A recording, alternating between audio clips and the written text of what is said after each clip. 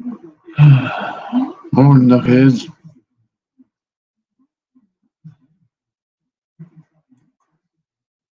As y'all see by the title, it says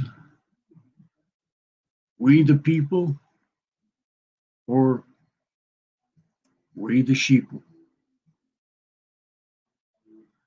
That's a question we all need to ask ourselves when we're in the United States. When we're in America, we got to take pride in our country. We got to stand up for what it belongs to, what it believes in.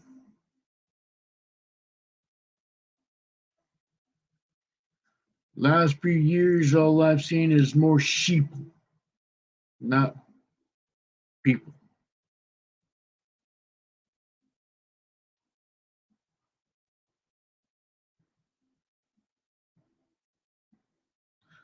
I've seen more people give in to the government's bullshit and the social media's bullshit.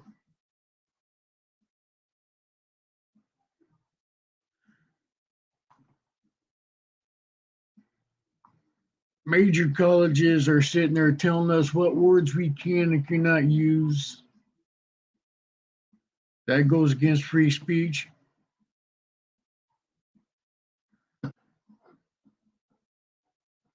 We've got news medias, colleges, government officials sitting there saying that being an American is wrong. You cannot say that you are an American, that you are a United States citizen.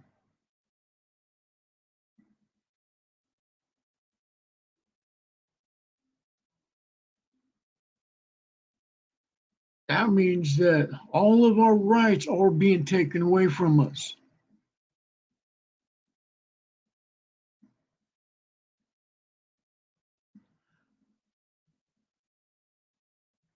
Cannot say several words because it's offensive to other people that have no clue what the fuck's going on in different countries.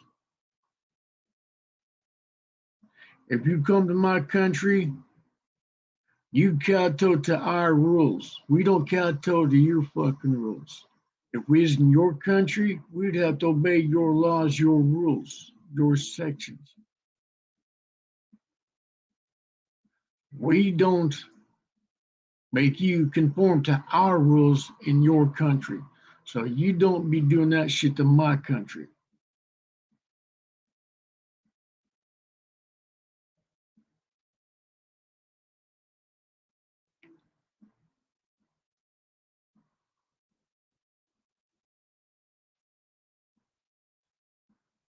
I will stand for my country and I will stand for the people that call this place home.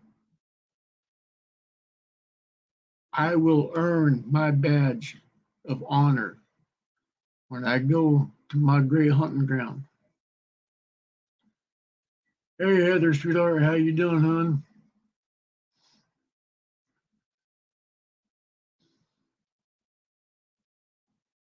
You know, like I said, it's pretty bad when our rights are being taken away from us and no one is doing a thing about it. They're following like sheep. And I'll tell you one thing, I eat sheep for breakfast. They're weak minded, pansy little bitches.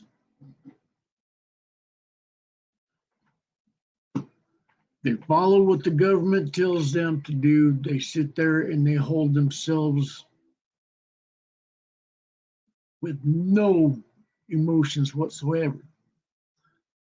There is no life whatsoever in them.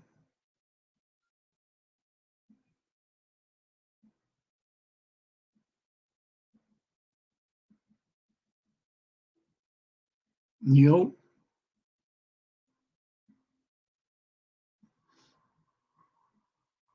that's here I do all the time. I sit there and I go against the government. I'm proud of my country. I'm proud of the people in it, but I cannot stand the government that runs it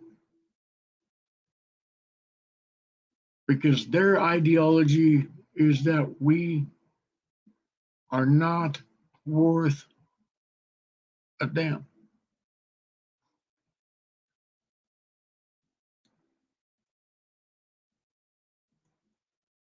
We don't have a voice.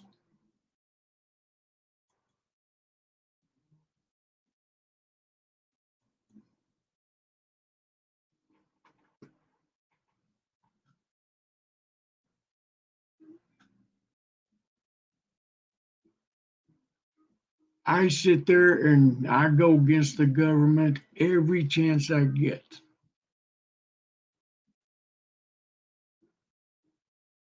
because I know my rights and I ain't gonna allow some little peckerhead tell me that I have to wash my mouth.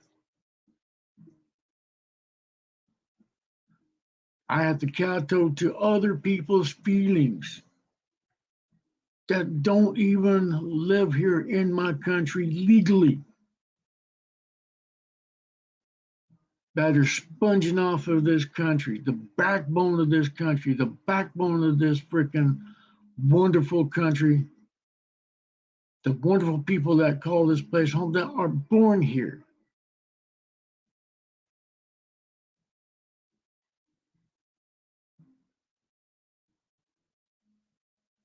I stand by anybody that calls this place home,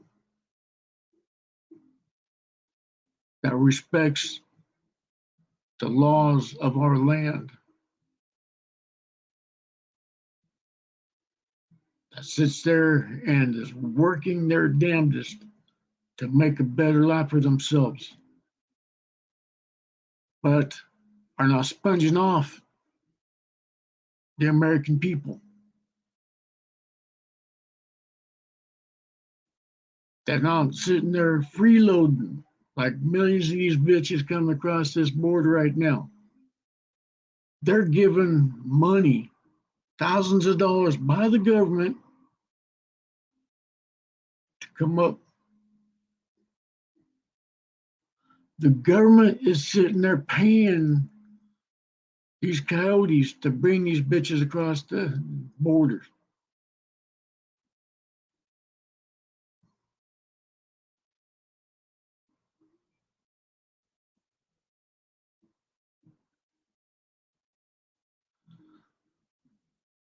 All right, Heather, you know you're welcome here anytime. Be safe and have fun. I'll probably be here for a while, and here shortly I'll open up the panel and have y'all come up and put your 2 cents in. In fact, let me do that right now.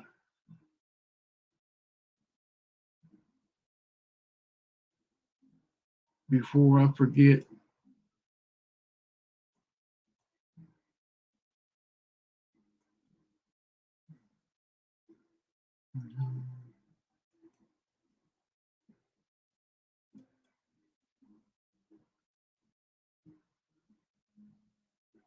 Let me do that for y'all. That way y'all can have your 2 cents in it as well.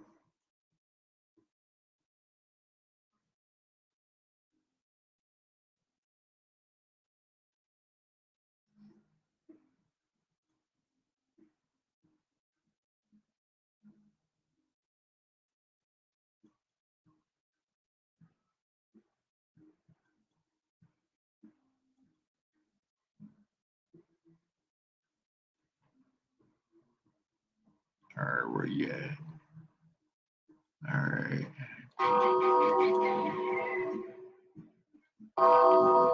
There we go.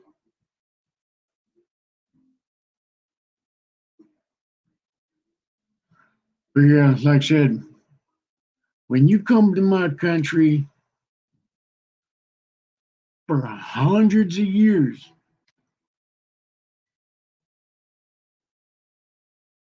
everybody wanted to be part of my country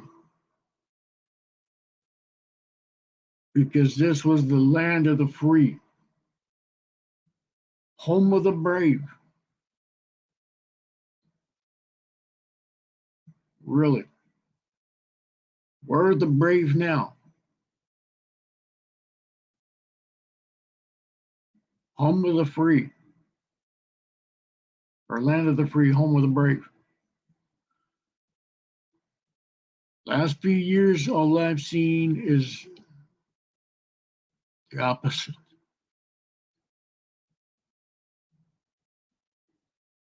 The only thing I've seen last few years is home of the freeloaders, home of the lazy,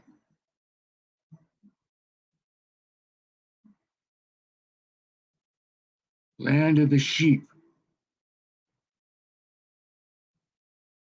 I don't care for it whatsoever.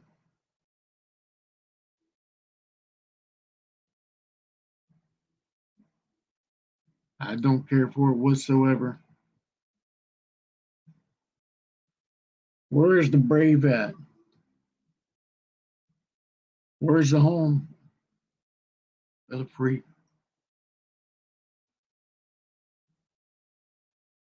Is there such thing as land of the free? Yeah, there is. But in order for you to be land of the free, you gotta be from a different country. Argentina, somewhere down Mexico, somewhere South America,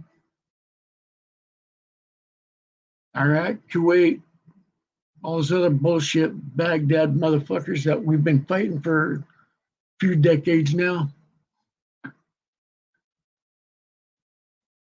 You little Taliban bitches.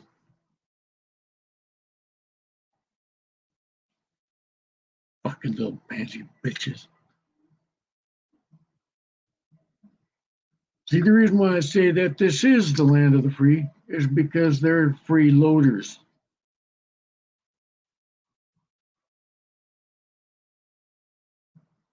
It is bad where it's to the point of where being an American is outlawed.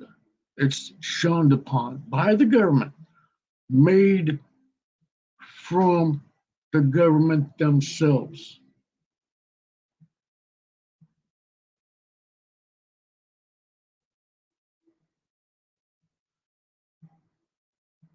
Every time I hear some bitch say build back better, I sit there and I think of broke back Biden. How many times that little fucker have knee replacements? Because every time he comes to China, he's on his knees, blowed.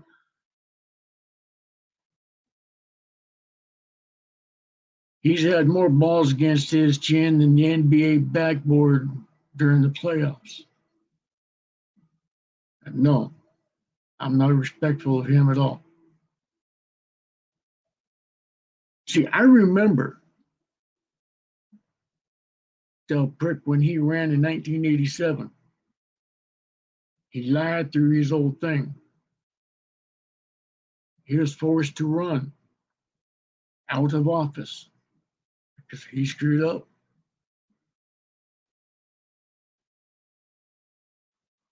He got caught in so many lies.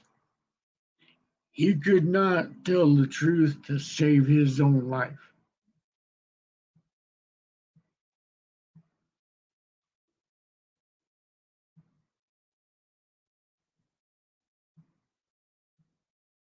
See, I remember those days because I was fighting for the government back then too. I sat there and I put my hours in.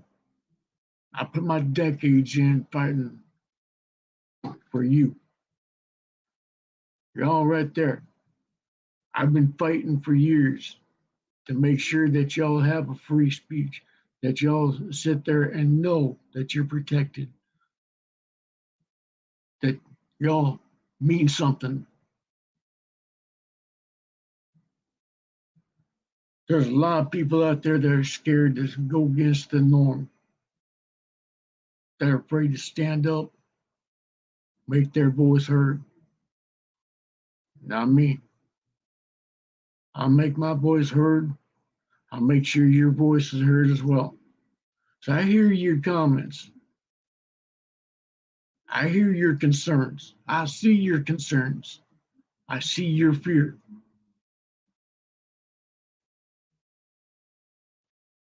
I don't have fear. I don't have fear whatsoever. I'm not afraid to stand up against the government. I'm not afraid to stand up against anybody. If I die, who cares? I've lived a great life. I sat there and I fought my fight. I've been through hell. I've been more times than not without, or I had to struggle to find food, or I had to struggle to find shelter. I struggled. I've been through hell. I'm back. Government don't scare me.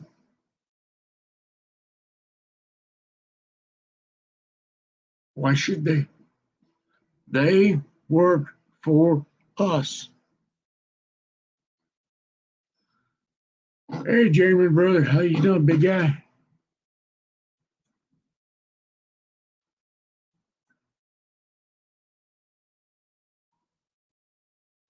How's your old lady feeling?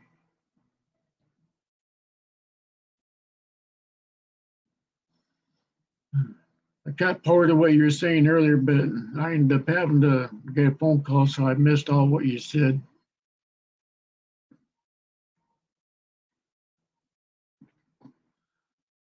But like I said, I put my time in.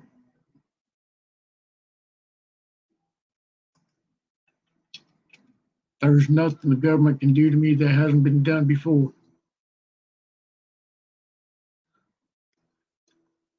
Hey, show me how you doing, bud.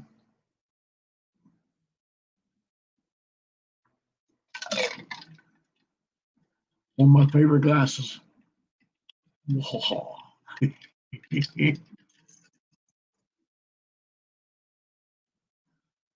One of the problems is that people don't drink from the blood of their enemy or the skulls of their enemies anymore. They're all afraid to say something. They're afraid to stand up. They're afraid to lose things. If I lost everything right here, right now, don't bother me a bit. Like I said, I fought for everything. I know what it feels like to struggle. I know what it feels like to go hungry. I know what it is to have absolutely nothing.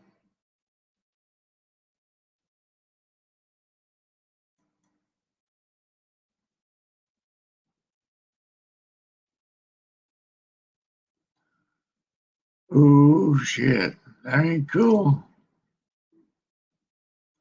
Hope she gets better, bud. Tell her we're praying for her. We love her.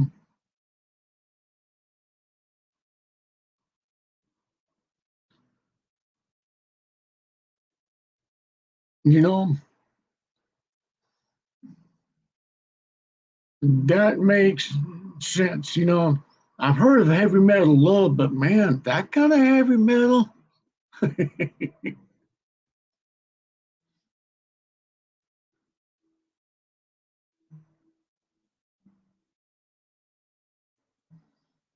know, I was 13 years old living on the streets.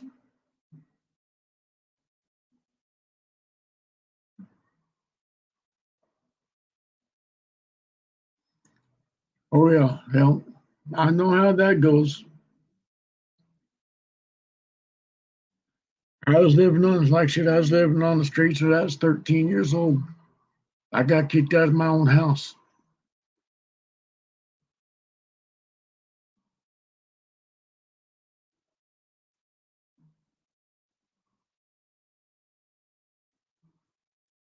But see, like I said, I know what it feels like to have nothing.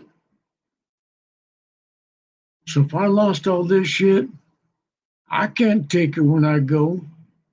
When it's my time to go to my hunting ground.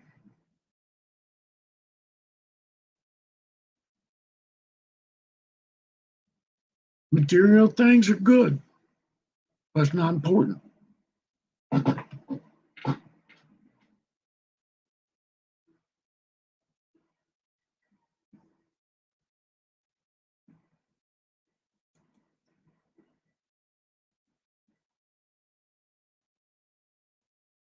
You know,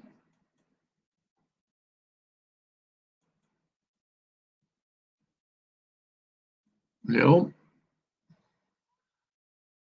And see, I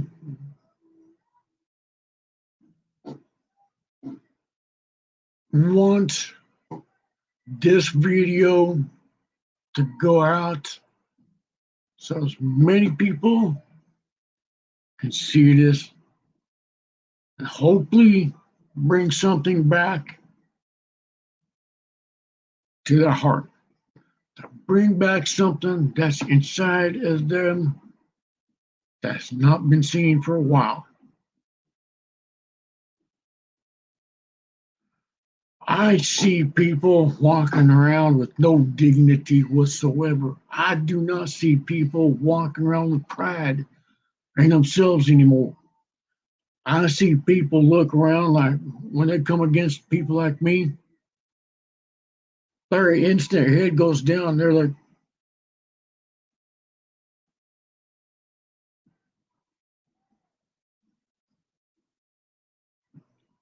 sheep, and I ain't one of them. I'm an eagle. Sheep are food to me. I'm a predator.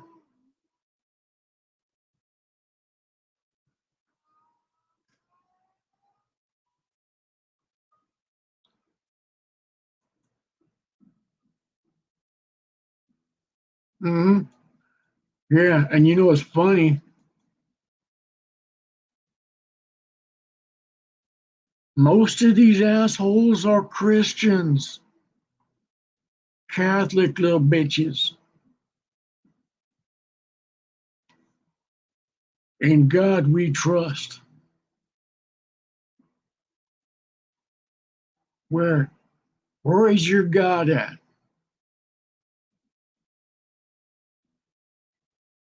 Where is your God at?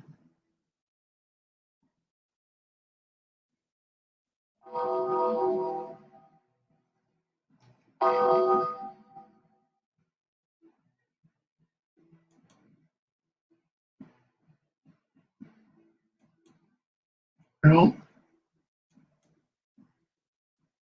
see,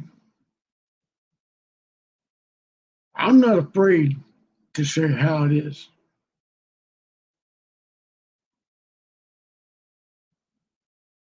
I'm not afraid to build up fire within a person.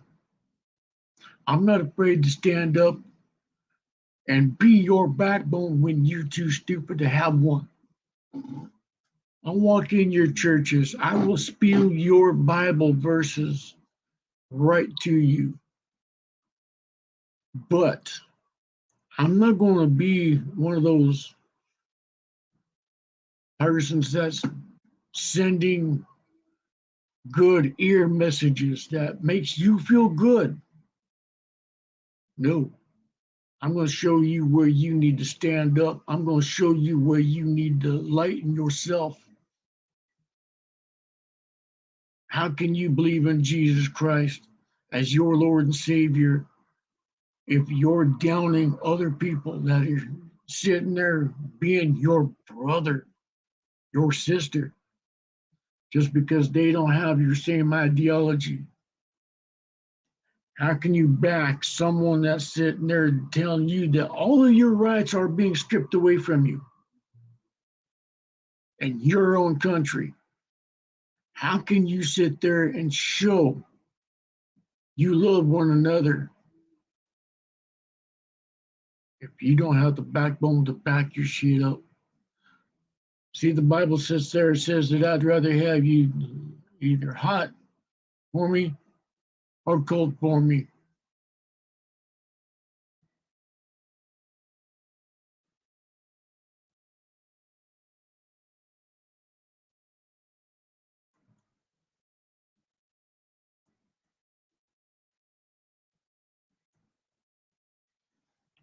Yep.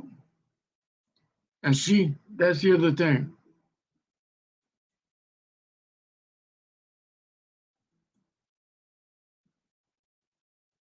Right there. Right there.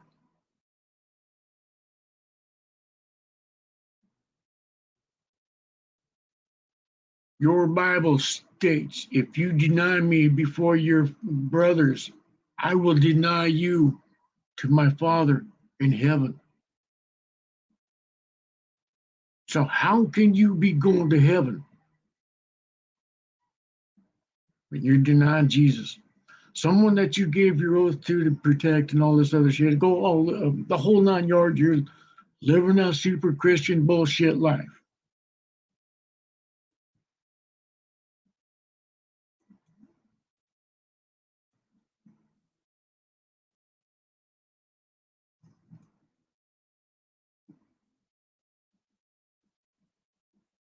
You know? See, I cannot judge a person. I will not judge a person because then I would be a hypocrite. It is not my duty to judge one another. It's my duty to encourage one another. It's my duty to sit there and be the voice that needs to be heard. See, I'm not that hero you wanted. I'm that monster you needed. I'm that monster that you guys sent in to go through hell to fight, to make sure this country was free, to make sure that every time you bastards went to bed, and I'm saying in a good way, some.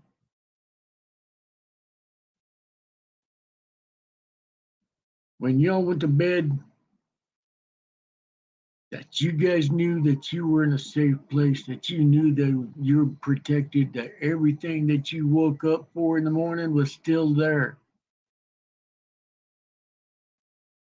I was that monster that went in, took care of business, fought, died, came home in a regurgitated bag,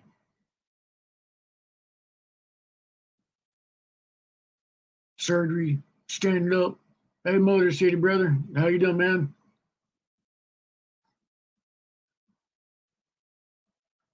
You know, like I said, I'm not that hero you needed or wanted. I'm that monster you needed. Let that sink in for a minute.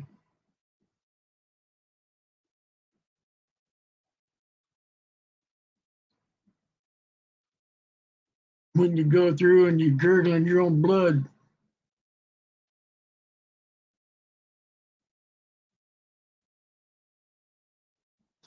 when you're sitting there have no memory whatsoever what's going on, where you're at.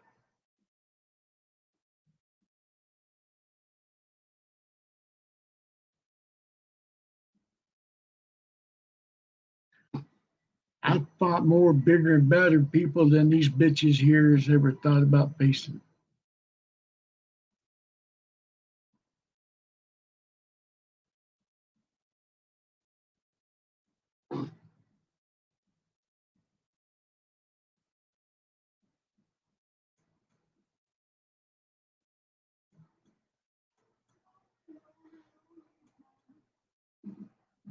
You know, like I said, I'm not the hero you wanted. I'm the monster you needed. People like me,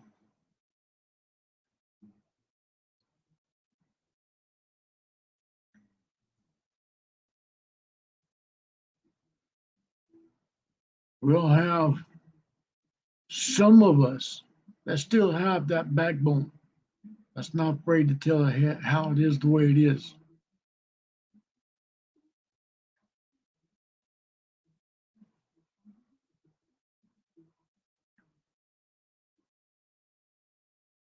Mm-hmm.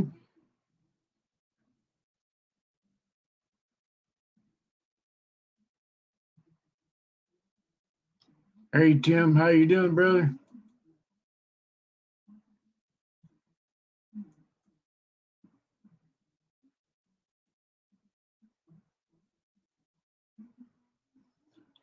Yep. And see,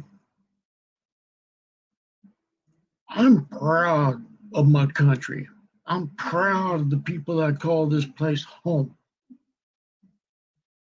I'm not proud of the government, and I'll stand up every time. They know I'm not scared of them little bitches. Cops come through that door, they know they got to toe a line because I don't pull bullshit with them. They know who I am, they know where I'm from.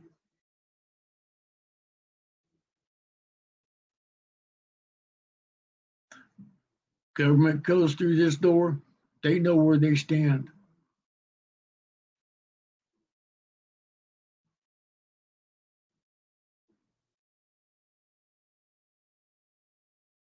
I'm not scared of them bitches whatsoever. Not one bit.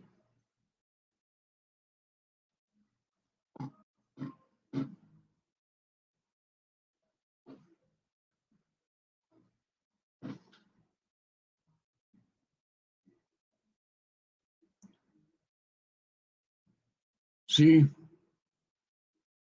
if I light the fire inside your ass tonight, because what I'm saying right here, right now on this YouTube thing, that makes you sit there and make better decisions about yourself, great.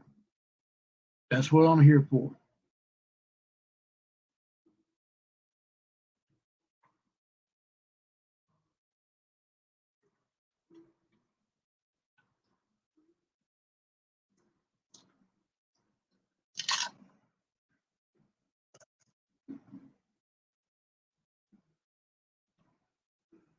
See, we need that fire underneath our britches every now and then. We need someone like me that's not afraid to get kicked off a screw tube, that's not afraid to stand up against fake book bitches. Pardon me. See, I'm banned from Facebook, banned from Instagram. Well, found a loophole in their banning my happy ass. I do have a new Instagram account. One day I'll learn how to get it to put it down in the link below and all that stuff. So explore that. But like I said, we the people or we the sheeple. I'm for the people. I'm for the people that are doing their damnedest to make this country better. I'm here for the people that's busting their ass off every day to provide for their family.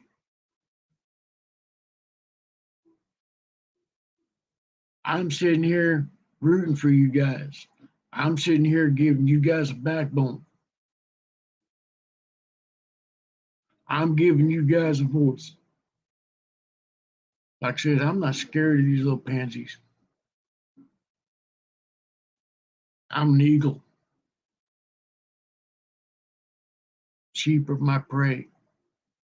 I eat them for breakfast.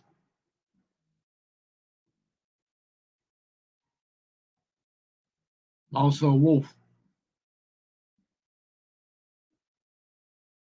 I'm not a sheep by no means. I will never kowtow to anybody whatsoever. The only ass I kiss is if I'm with an old lady, and that's her ass that I want to kiss.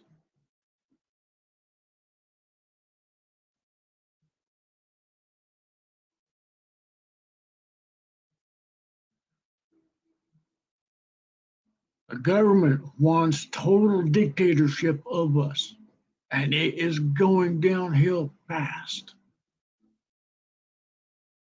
Every day, rights are being stripped from you guys, all of us.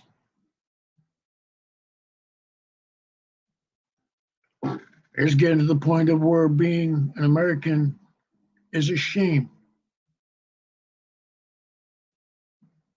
We cannot be classified as an American, a U.S. citizen, because the American and the U.S. part is shunned upon.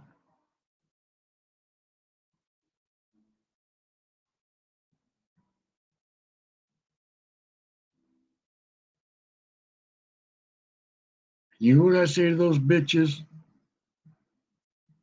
Fuck you. Suck my little left nut, make my right one jealous. If you think I'm going to kowtow to you, right.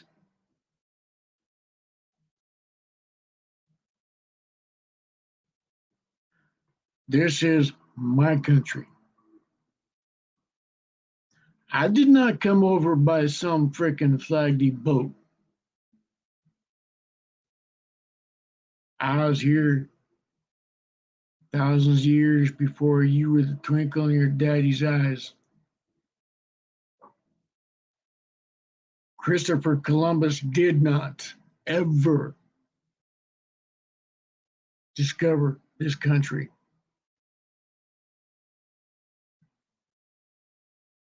He never stood foot on North American land.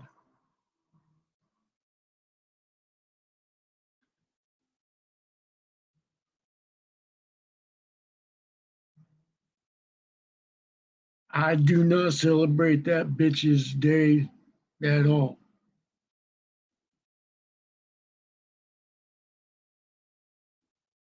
Because asking a Native American if they celebrate Christopher Columbus Day is like asking a Jew if they celebrate Hitler's birthday. Just don't happen. And no disrespect to you Jewish folks, we love you, but just using that as a context.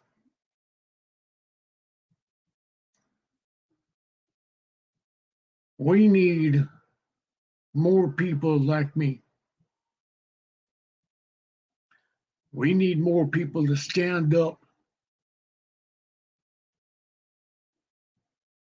and fight. Not get physical. Don't get me wrong. There's ways to fight. You go to your local government office and you start making your voice heard. You start writing your congressman, tell them what you need from them, what they need to start doing. Whether you're a demon rat or a Republican. See, I'm neither one. I'm an American. I vote for America. I make sure that everything I vote for, I believe in for my country. But this last year, our votes don't matter. This last 2 years, this last presidential election, our votes don't care. They don't care a spit.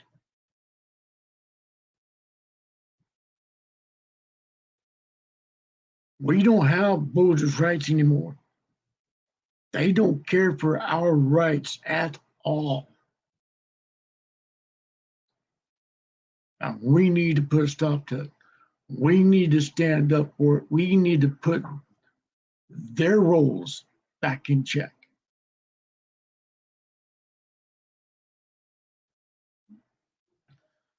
So, if you're a sheep, I'm sorry for your damn luck. You have one of two choices. You can be sheep,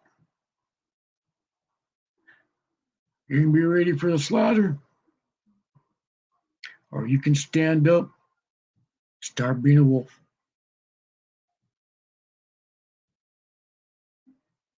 None of the shit you can take with you when you pass. None of it. You cannot take your money. You cannot take your little symbols back there. You cannot take your file cabinet. The only thing you can take with you is yourself, your dignity, your pride, your respect, your honor.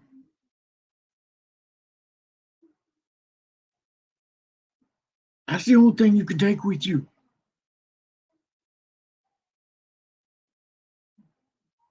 You cannot take anything from the government that they're giving you with you.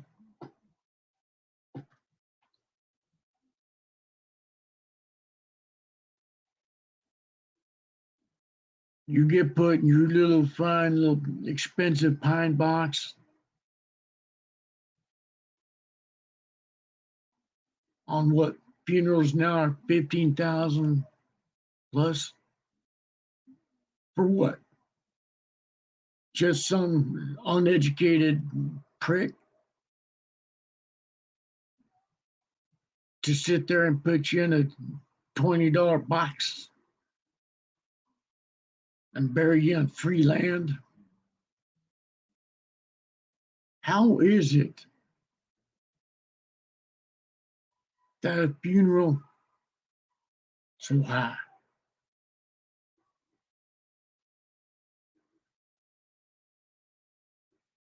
Too many people are agreeing with it without questioning it. You're getting screwed so many ways, and you just don't care because you're sheep. It's time you stood up, start fighting for what you believe in. Get your backbone. Start taking your rights back. Start making your voices heard. Because I can only do so much, and I get burnt out.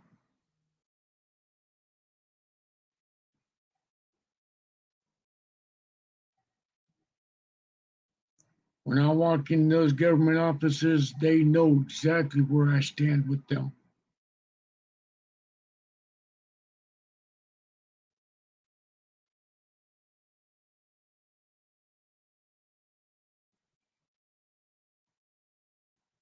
Yep.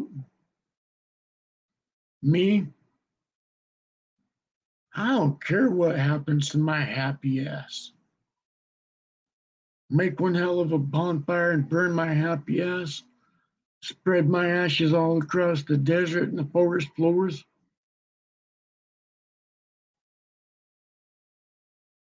When I die,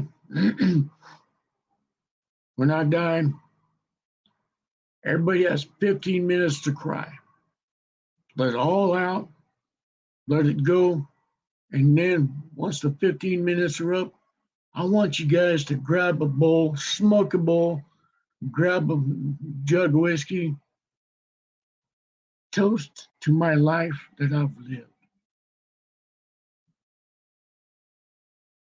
Have one hell of a party. Because I'm going to be right there with y'all in spirit. I'm going to be partying with y'all.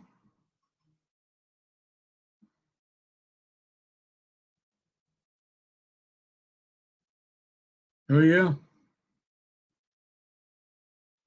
See, I don't look at things and go, oh, okay, I'm accepting it. It's like, no, I question it. When I sold my bike to bury my youngest daughter, it hurt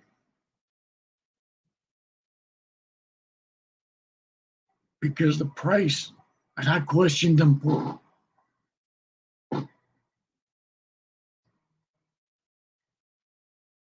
I asked them, how in the hell can a funeral cost so much for just something simple?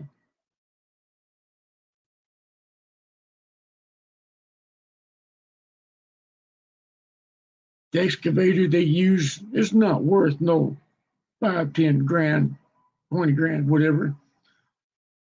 The little bitch that's doing the funeral sure as the fuck ain't worth that much money. That pine box they use, shit, yeah, right. Half the time, one thing that they don't tell you is half the time they will reuse those pine boxes.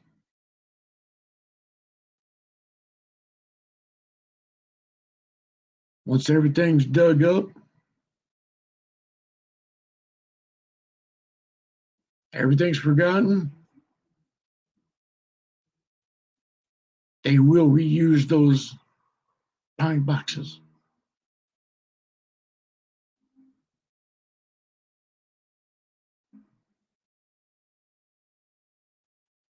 So you're getting screwed more times than you think.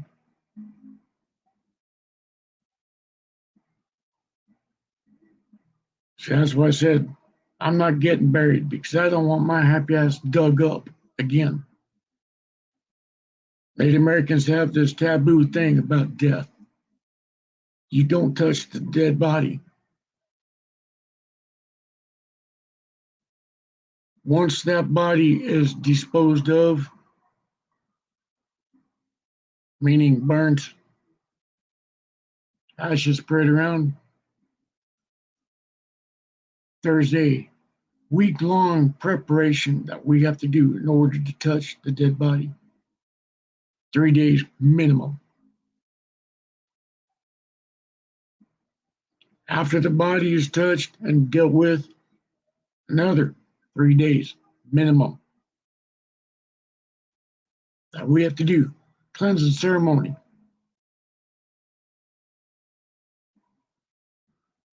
We do not touch that body again whatsoever.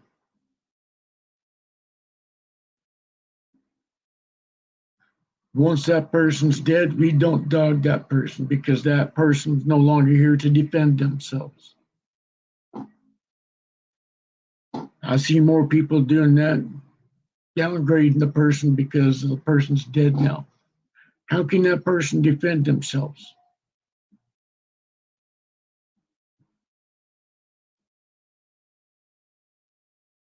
There's too many people are sheep. There's too many people that are sheep. I don't care for sheep. Now, however,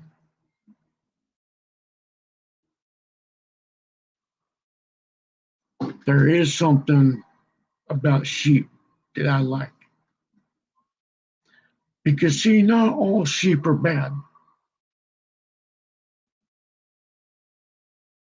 See, some of those sheep are the peacekeepers.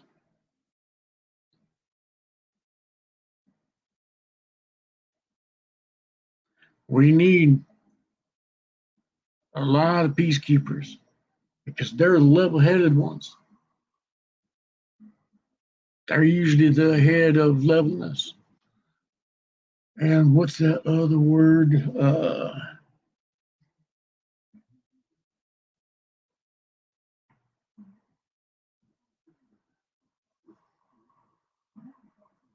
Damn, I can't remember what the other word, but anyway, y'all know what I'm talking about, right? Voice of reason. Yes, thank you. Whoever was just thinking that, thank you.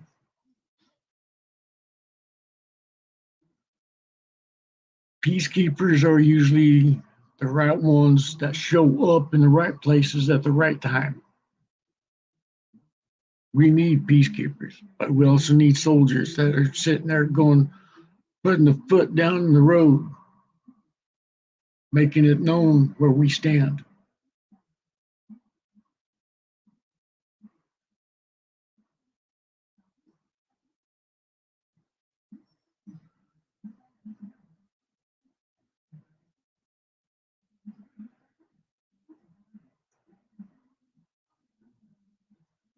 But like I said,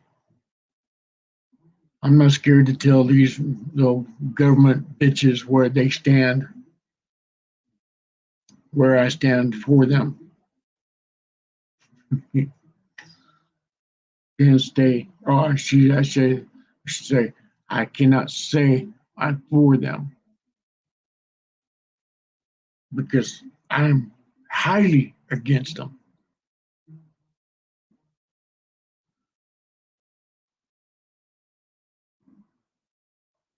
I'm for my country.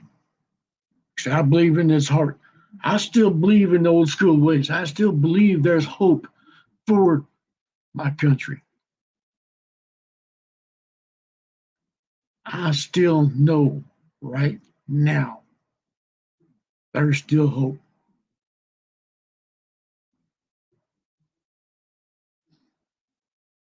Howdy, DSB. Welcome to the board. And you're right.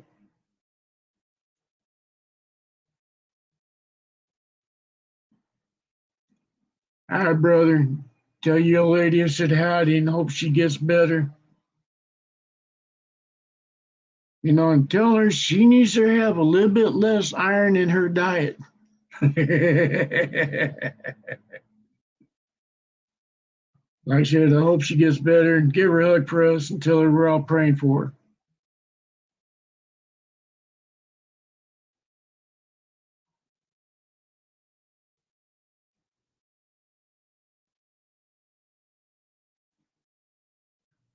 But you know, like I said, where do y'all stand? What's your point? What's your standpoint? What is your beliefs in this, what I'm saying tonight?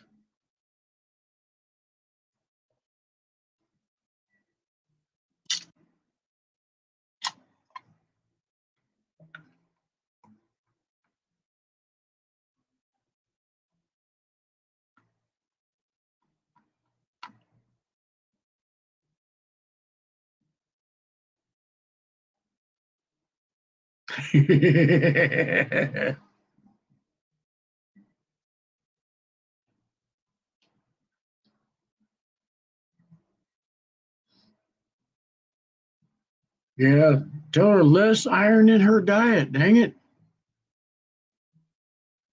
You know, I know there's this deal called heavy metal love, but that heavy, damn. Your old lady's hardcore to the core, Jamin.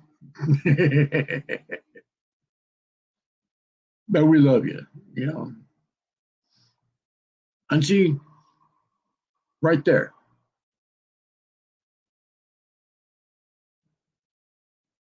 that man, right there, Jamin, that dude is a peacekeeper. He prefers peace. He prefers to doing it a different way. See, I'm not a peacekeeper. I'm not a peacekeeper by no means. But you know what?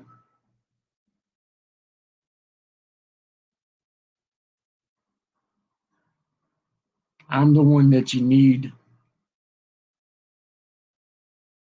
to go out there and pound that pavement.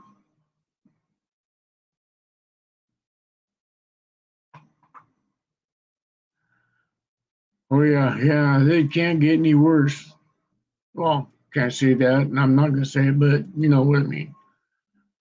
You know, we need to stand up and fight. We need to start right now before being an American is outlawed and we're being haunted by the day. There's more twitchy little bitches out there that are sheep. Cause more mayhem in my country than I care to count.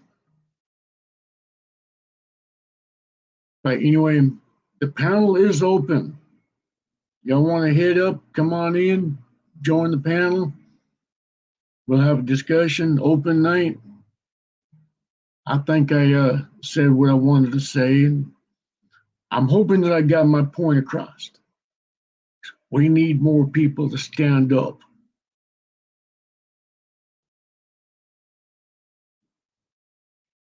We need more people to stay on top of the government's bullshit. We need more people to stand up and say, hey, this is my country. My country. Government works for us, not us work for them.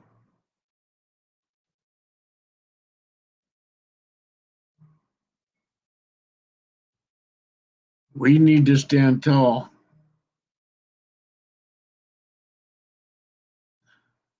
My grandpa always told me to walk tall and carry a big stick.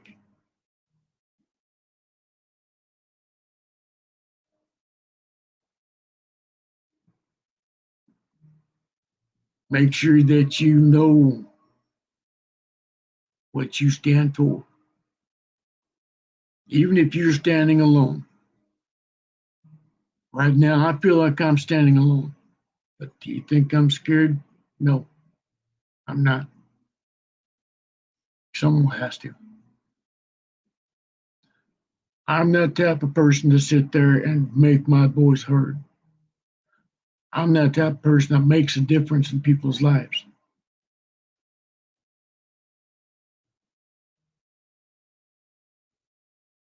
I'm not scared to be in your back door, kicking it in at 2, 3 in the morning, take care of business, walking out with $1 million smile on my face.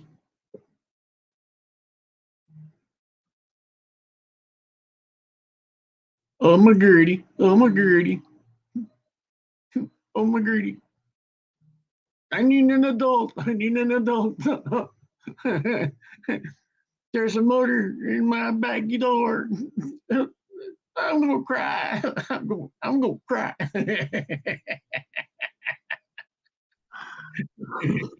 What's going on, my friend? What's going on? I feel you, man. I feel you. I've been listening to you, and I was writing and everything, and yeah, I mean, been through this for like 40, 50 years. It seems like 50 years, but it's been 40. Dealing with Well, dealing with the false promises of our government, and the lies, and oh yeah, but it's like you try to solve things, and you try to unite with people, and it's become so polarized where there you everybody went back to their own side in their own corners, or whatever you want to say. go. Oh yeah, yeah. And I And mean, everybody hates the politicians, and I hate to say it, but people hate the politicians for not working for us, as they walk out the door every year with $200,000 for all you they're doing know, is arguing back and forth and not getting nothing accomplished. yeah. Um, Well, I mean, they've been I've talking been working. infrastructure. Oh, Yeah, sorry. I've been working against the government for over 40 years. Yeah. I mean, I wouldn't say I'm against them, but I've been not particularly caring for how they're going about their job. Let's put Oh it yeah, that way. yeah, yeah. um, See, there's good, but there's also bad in the government. Right now, there's more bad than good. yeah, you're right about that 100%. Just like the pigs. Yeah. There are some good Not just a pigs few out bad there. apples. Them few bad apples made the whole orchard fucking smell. Hmm? Yeah, they need to flush real bad and wipe their asses. Yeah. you know. And like I said, I've said before, a couple of times before, I've had a federal judge, as I'm facing years in prison for a crime I didn't commit, state that he will stand by that badge, even if that badge is completely 100% wrong. Well, A federal judge. That's what they're going, oh, I'm glad you said that in front of me and my lawyer. I've heard a couple people say it. You give somebody power or absolute power, they will absolutely, take advantage of it. Oh yeah, yeah. It's not will they, it's when will they? Oh yeah. Oh yeah. I sat there and I told the judge, he sat there and I'm facing 20 years minimum for a crime I didn't commit. And I had witnesses stating the fact that I didn't do these crimes. I told the judge he can get on his knees and blow me. That might not have been the best thing to say, but you're standing up for I was yourself, only which is facing the best 20 thing. years minimum. I mean, what's he going to do? Another 6 months in contempt of court? Yeah. You're only standing up for yourself. I agree. You're like I can't fight this. I mean, it's it's no contest. I'm being pummeled into the ground, and you're going to throw me away. Yeah. And the whole entire courtroom just went, oh my God, they're whispering amongst each other. And I'm sitting there, I was like, Judge, you can get on your knees and blow me. And he sat there goes, what the hell did you just say? And say, you heard me. I didn't stutter. And then we just start cracking laughing.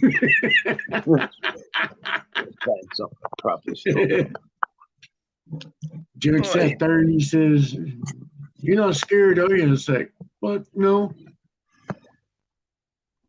I go, I have witnesses that you dumbass will not bring up. I have evidence proven I was not there doing this. And if you say that you're back in the blue, even when you know that blue is wrong, fuck you. You get on your knees and blow me. And he's like, no, Well, I've been, I can't say I've been totally against the police, but when I was 21, I was assaulted. Well, I call it assault. I was assaulted by a cop. And, dislocated my shoulder, dragged me on the ground, kicked me, hit me with a baton, dragged me a house and a half to the car in cuffs. And all their charges were interrupting a city official's duties. That was the charge. But I got assaulted for it. Spent 24 hours in Detroit Receiving Hospital, chained to a gurney with a separated shoulder, and then brought to jail the next day. Oh yeah.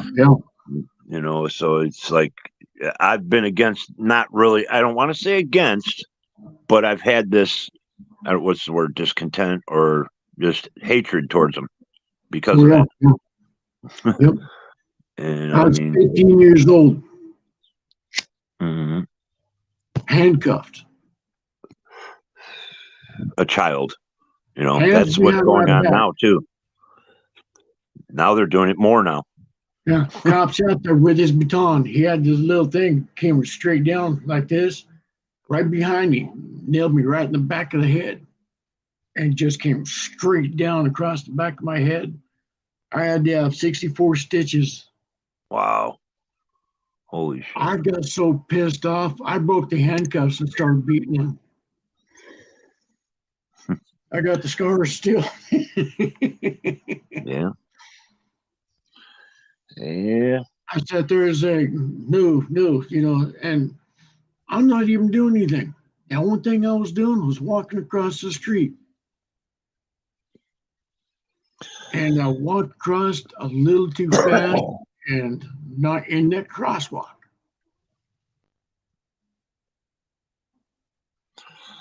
It's like, Yeah. well, I needed to go across the deal. I needed to do this. Da, da, da. I don't care. You got this. Da, da, da. I was long haired, mohawk. I mean, I had the whole mohawk look, hair down my back, and I had my feathers in my hair. That's what got me because I'm Native American. Yeah, we're just looked down on. You're looked down on, and that's what they do. They look down on people before they accept them as an equal, Oh yeah, and yeah. that's their first mistake. You know, Mhm. I mean, to think that they have power over somebody at all times is like their second mistake. Yep. They've been assaulting people since Rodney King. The first time that I remember that was really bad, and Mhm. it's still going on today, and they're still saying it's only a few bad apples. Hey, Okay, Miss well, Bees, how you doing, sweetheart? shit's been going on 30 years, and they're still trying to make excuses. Oh yeah, yeah. There's more excuses than anything else. Hmm. And they sit there and say, oh, well, we could do this because this little 10 badge piece of crap right here tells us we can do it.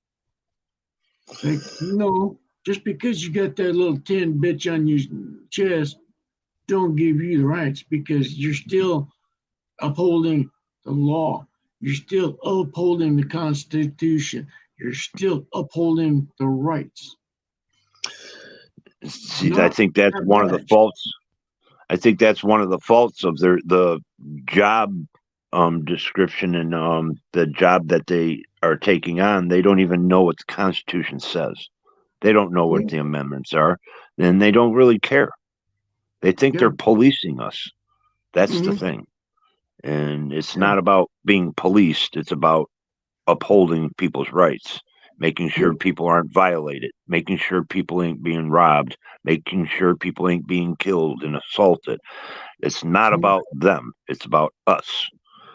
Oh, yeah. And I don't I've got know. a good one of my best friends that is a state trooper. And he sat there and he says, dude, you ain't gonna believe this shit. Me and him had supper. After he pulled me over, my old lady at the time was sitting there, she was scared because she was gonna go to jail. And I'm sitting there going, don't worry about it. If anything, I'm going to jail because I'm the one driving. Man. My job is to protect you. Well, I've discussed this recently with someone, and I've discussed it before. Like, I've been a bouncer. Mm-hmm. Um, I've Oh, same stepped here. into I've stepped into situations where nobody else would stick their nose into to help people and save them or from whatever. Oh, yeah, And yeah. I had a friend years ago say, like, you have this hero mentality. You just jump into the situation without hesitation. And Mm-hmm. but that's the way I have been, I guess, groomed myself. I guess I don't know what it Well, is, but it's just something in me. You know, mm-hmm. it's kind of Yeah. weird, but it's a fact. Oh, yeah, yeah. I will be right back. I'm going to grab me something to drink real quick. I'm just going to No problem. be, I'll be here. all right, I'm just going to grab something to drink real quick. I'm not leaving Cool. anywhere. I'm just, No problem, guys. No problem. I need something to drink real quick so I can take my heart, man. Oh, oh, oh. And grab my allergy meds.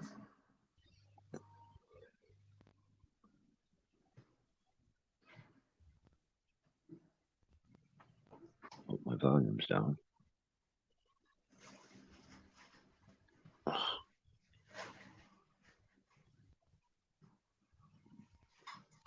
What?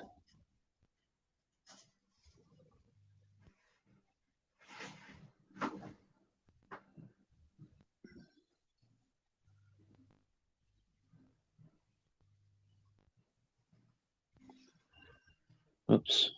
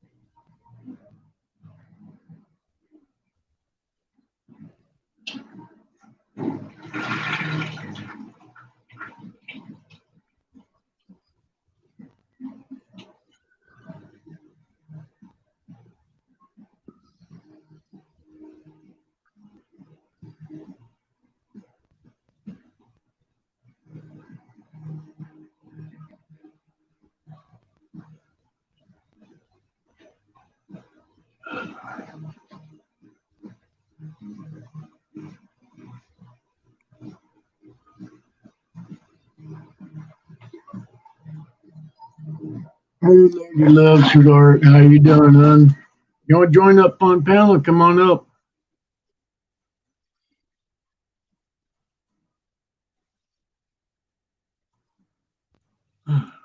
I'm back. Sorry, it was just my phone froze up. I had to clean it and come back onto YouTube because I was reading the chat on my other phone and it kind of froze up. I was like, "What the heck's going on?" And it seems like whenever you touch it, it jumps all over the place, and then when you want it to work, it don't. Well, of course, when you touch it's gonna be bouncing all over the place. It's excited. It's like, oh yes. Oh man. Oh. Oh, I'm going to show y'all something. I've been working on this for a while. I'm finally done with it, almost.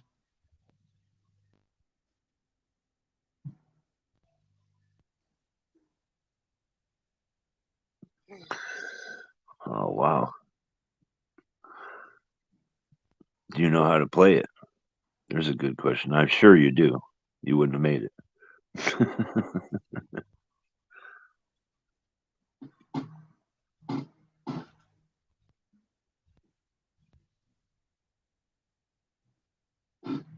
Huh. Oh.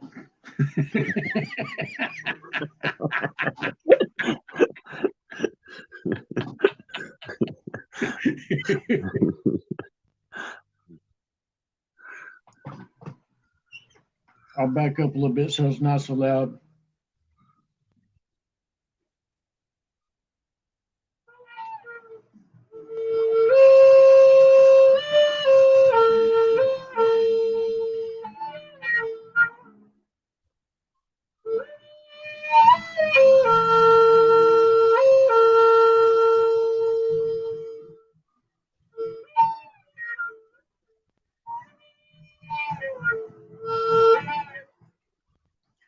If you don't place your fingers the correct way, you get that weird squealing off sound.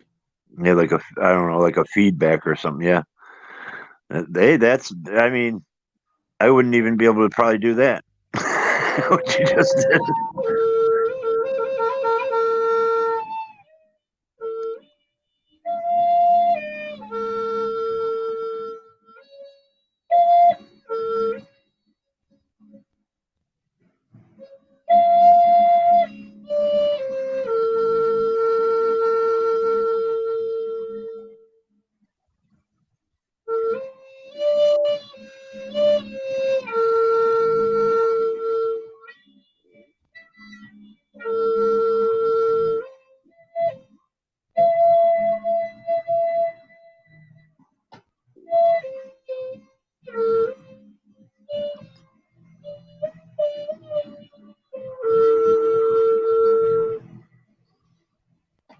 That's damn good, man.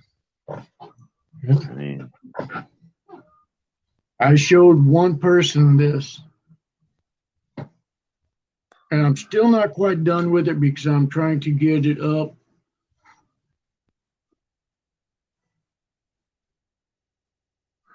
that's amazing that you can make it and play it.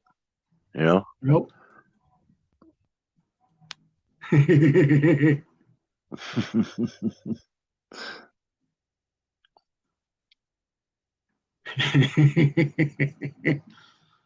Well, I'm hoping you don't shit, because that'd be a stinky situation. But we make sure that we flush twice because the White House needs to eat too. Oh man. Now I'm going to design, I'm going to put some native designs on this and stuff like that. And I've got some rabbit fur that I'm going to put right up here on the top part. And I'm going to put some leather down through here a little bit and have feathers hang off the end. Sweet.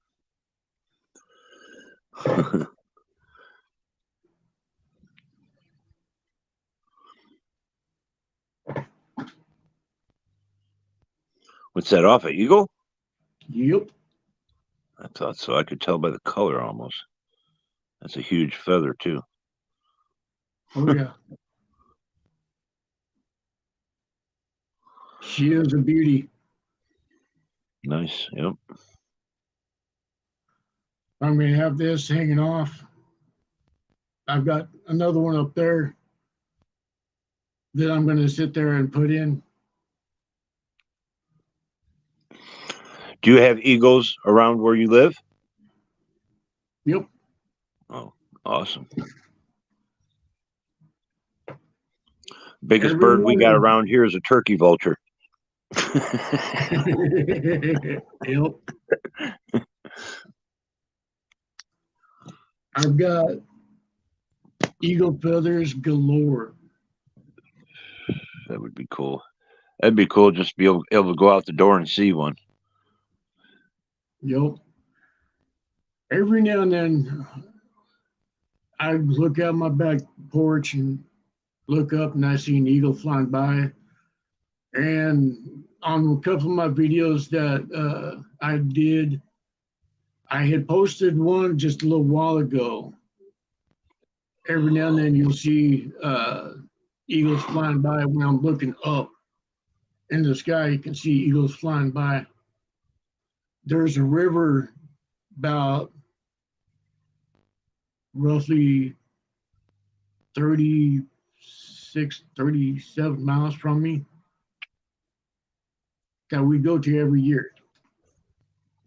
And it has some of the most epic, beautiful scenery out there.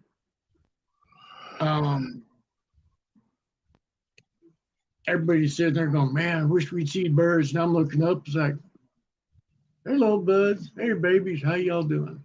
It's like, what? And it's like, yeah, I'm talking to the eagles. And they look up and it's like, where? It's like, well, there's one right up there. There's about 4 of them right there along the trees. And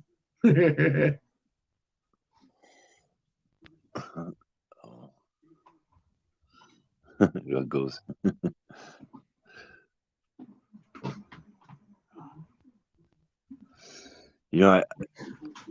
That's one thing from all the years I've been in the city, and I've been, we go camping once in a blue moon. When I was younger, definitely we did it, and going up in north, and went to West Virginia, North Carolina, and just being out in the nature is so much different, so much calmer than the city. It's, I don't know, it's like I don't even know how to explain it. It's so relieving, and you kind of feel at one with nature, for once in your life when you get out there. Oh yeah, yeah.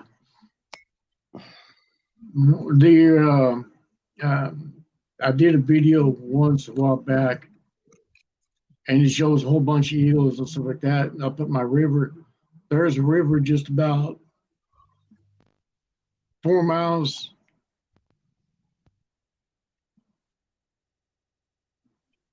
southwest of me. Now, I always got go one with here every year. It's really close to me and stuff like that, and it's way out in the middle of BFE nowhere. Did you ever go out there and camp like for a week or two? Oh yeah. Okay, yeah. This That's summer, what we used to do. yeah, this summer I'm going to do some videos of me, what they call now bushcraft crap.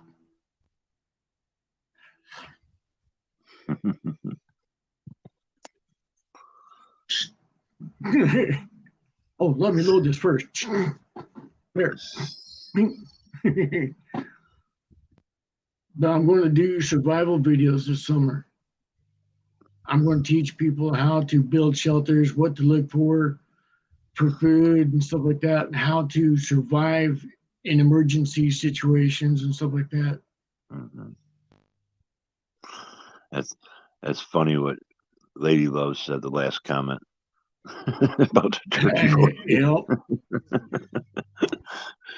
The government got to them too. Well, Detroit didn't even have turkey vultures. I don't know what the biggest bird was in the early 1900s, but Henry Ford, when he became rich, he, I don't know, built some kind of sanctuary or whatever and brought turkey vultures into the southeastern Michigan area around Detroit. And now they're here because of that. Oh, yeah. I mean, you have to go to the wooded areas to usually find them, but they're here. Yep. Hey, lady, you want to come on up on panel? Go ahead.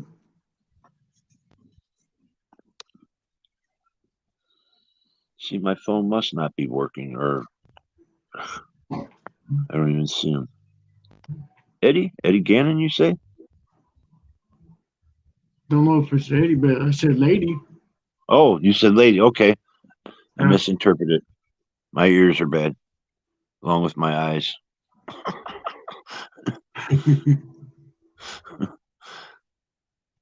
Mm-hmm.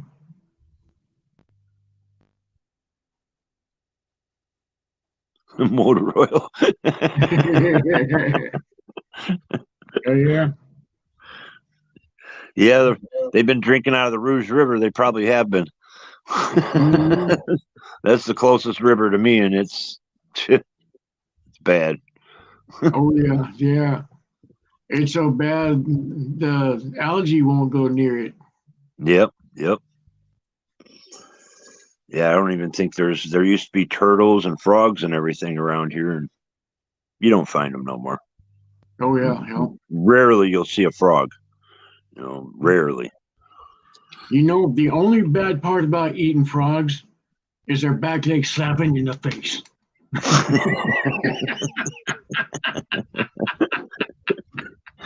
Got them long legs that kick you in the back of the throat.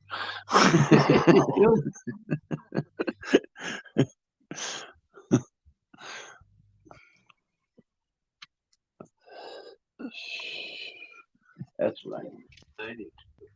I had a little bit of something. I'm sorry that you're not feeling good, sweetheart.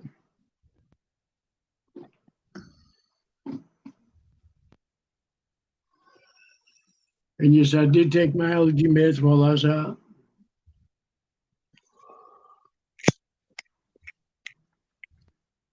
Oh, yeah. Speaking of that, I know I rarely take medications like Tylenol or aspirins, but I always keep a bottle up in the bathroom medicine cabinet, but oh, I yeah. rarely use them.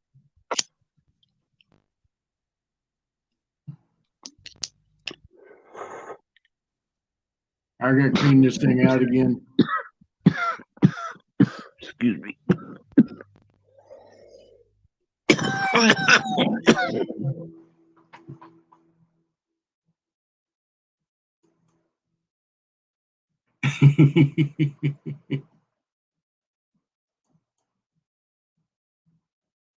Twice on Sunday. All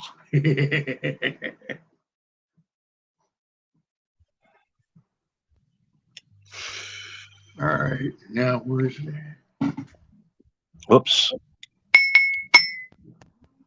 Yeah, I'm almost. That was down to the bottom, anyways. Second hit start tasting like ash. At least it's not ass. Yeah. If it tastes like ass, you're taking too big a bite. Oh man. Well, what is the saying I heard before? Is just like just like God to have a sense of humor, he put the shitter near the snack bar. Mhm.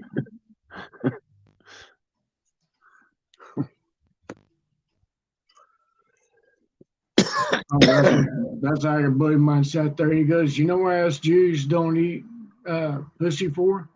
It's like, why? He goes, "Because it's too close to the gas chamber."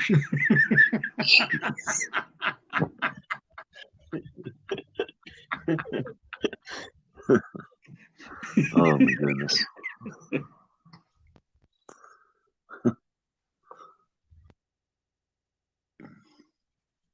Buddy of mine sat there and he got mad at me one night at a bar.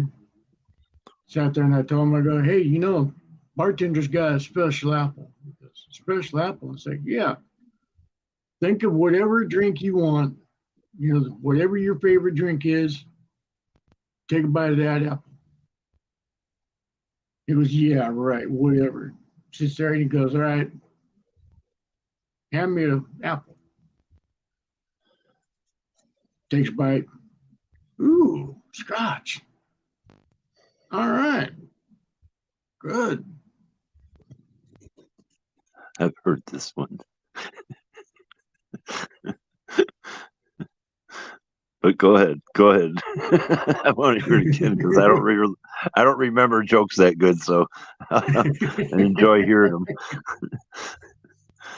I hear you there, and he sits there, and guy comes in. He sits there and he goes, "What you have?" And your bartender goes, "Hey, what you have?" And I told him, I go, "Give me apple." Guy goes, "Apple?" It's like, "Yeah." I go, "Think of whatever you want. Whatever your favorite drink is, take a bite of that apple." He goes, "All right." Takes a big old bite. He sits there and goes, "All right. Ooh, nice. Rum and Coke. All right. That should kick you."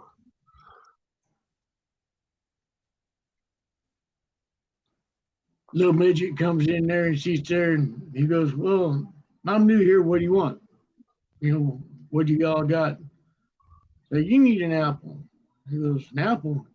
Like, "Well, whatever you want, whatever you want to taste, you think of that and take a bite." He goes, "I bet you don't have a apple that tastes like pussy." He's like, "Try it." Sits there and takes a bite and he goes, "Oh," and he spits it out. He goes, "What the hell?" It's like, "What?" He goes, "It tastes like shit." And it's like, "Dude, you're taking too big a bite."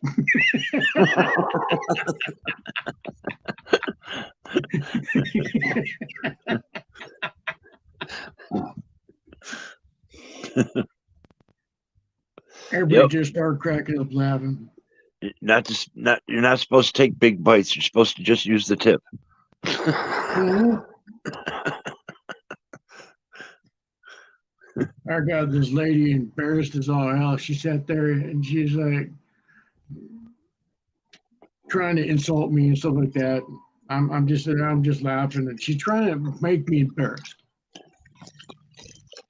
I don't get embarrassed at all. I don't have that ability. When I was living up in Alaska, there was this little town just about north of Nome.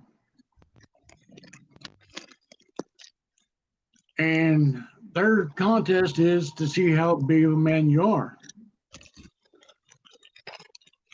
You had to walk at least 30 yards to your mailbox in your underbritches.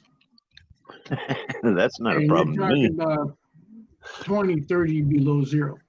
Oh well, that would be a problem. It'd be a slight problem, but And I'm sure it's like, all right, no problem. But if you can do it, there's $500 cash for you. well, then I'd try it. I sat there, I walked outside, and I stripped right down in front of everybody, my underbritches, my socks. I had my shoes on and stuff like that for grip and all this. And I walked outside to the mailbox. I looked down, half a block down the road was a store. I needed beer. Not even I thinking. walked down to the store, walked in it, grabbed a couple of cases of beer, says, "Ma'am, I'll be back in a short little bit with money, but this is what I need right now." And she's just like,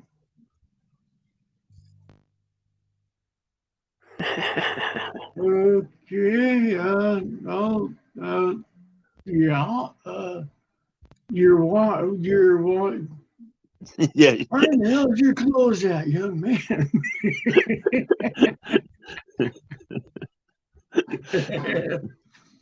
I walked back up to my house. Everybody's sitting there, they're looking at me like, "Holy shit," and I walked out, grabbed my money, thanked them, walked in, stood by my fire. He's like, "Oh." It's like, man, everybody was talking about me for a while after that. Well, you had the money now to go pay for the beer. Yeah.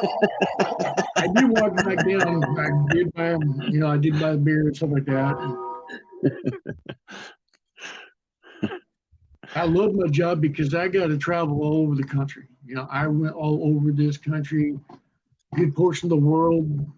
I've seen a lot of things. I've done a lot of stupid things. And I lived my life. I always did what I wanted to do, how I wanted to do it. Hey, that's how you live your life. Make mistakes and you build from them. Yeah. Well, they say you learn from your mistakes. So I'm going after my third or fourth bachelor's degree on it. Still trying to learn it. Uh-huh. I'm an expert on stupidity. You're just not learning it the way they want you to learn it. Yeah. Now I think I got my doctorate 10 times over. Like, I'm smarter than everybody in the class, but I'm just not answering the answers or answering the questions that's the way you want me to.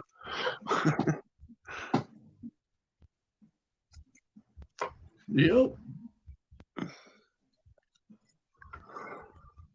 Oh, don't mind Yeah, I me. was always that dude that everybody says, so you're the one that's got the warning labels. Like, warning labels, yeah, do not try this at home. Yeah. So, yeah, I'm not dumbass. That's probably the inventor of that, somewhere, one of the many,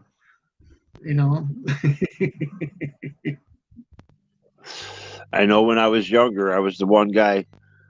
If you dared me to do something, I'd be like, okay, watch.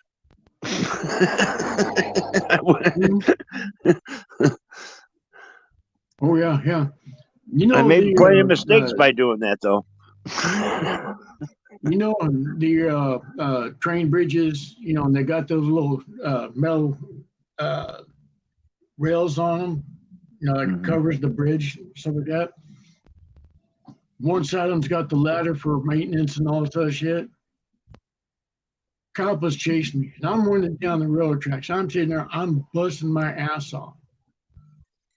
I forget that on the opposite side is the stairs going up.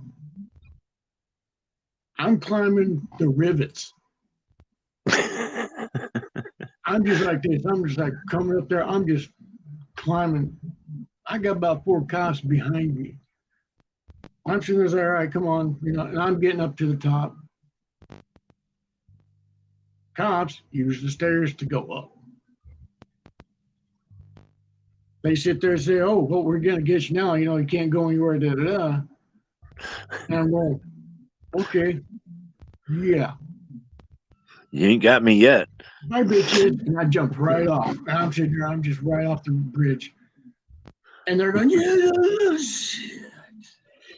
And they're now scrambling, trying to get down.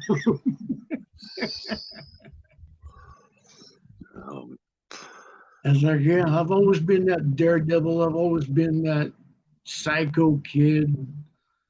I broke literally almost every bone in my body. My neck, grenaded collarbone, grenaded shoulder, grenaded ribs, legs. I've broken many myself. I mean, my knuckle. That's my hand. Yeah, use more lube.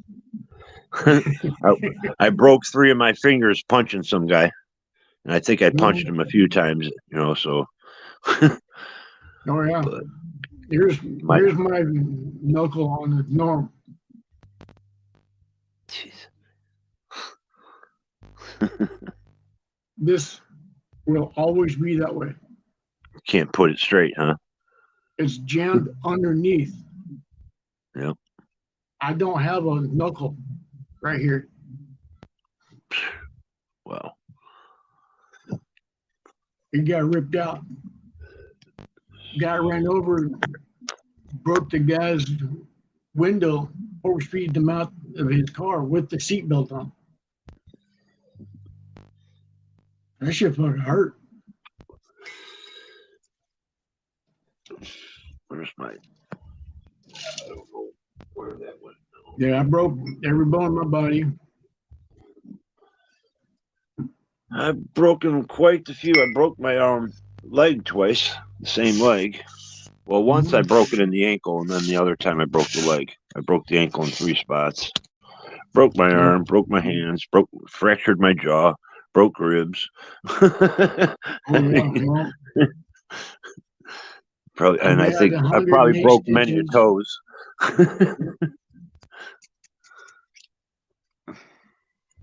Yeah, from right here all the way down through here, comes down through here, and then part back through here. I had 108 stitches in my head. Damn. Wow. I got pushed off a 25-foot cliff head first. I walked 3 miles into town and drove almost 25 miles to the nearest hospital.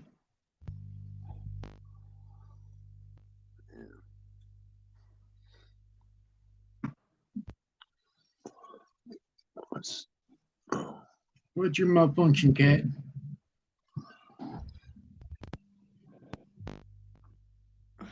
I'm wondering if Garfie's gonna come up here and make his debut again after a while.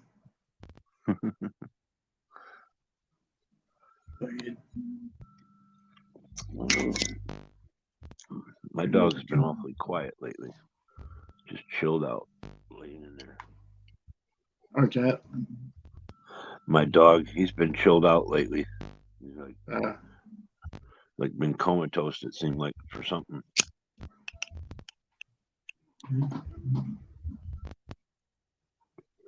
But he's always been a chill dog. Surprising for a husky. Yeah. But then again, I just walked him down to the gas station, and on the way back, he grabs hold of the leash and he starts jumping around. He wants me to. I spin the leash and he'll do back. He won't do backflips, but he's just jumping everywhere, trying to bite the leash, and he wants to pull, and he does that almost every time I come home. Oh yeah, definitely excited. Yep.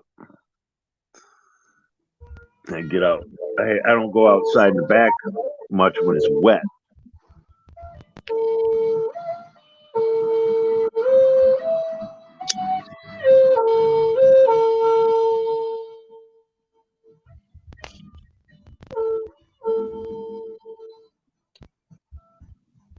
He was looking up at me. He's like, "What the hell? What?"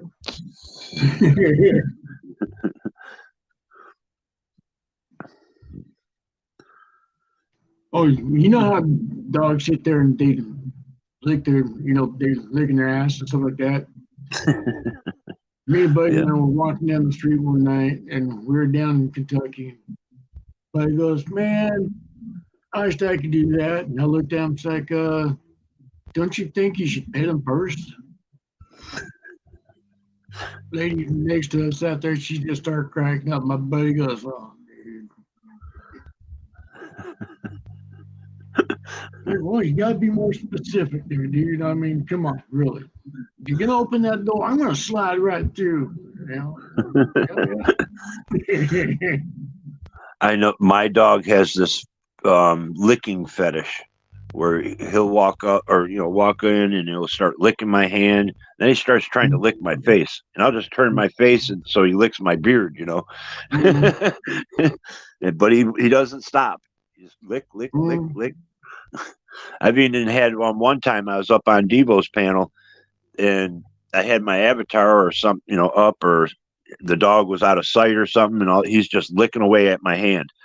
And Upstate's like, "What is that sound?" And he start muting people. He's like, "What?" I start laughing. I said, "It's my dog." "Oh, it's my dog." I put him on screen. He's like licking the shit out of my hand.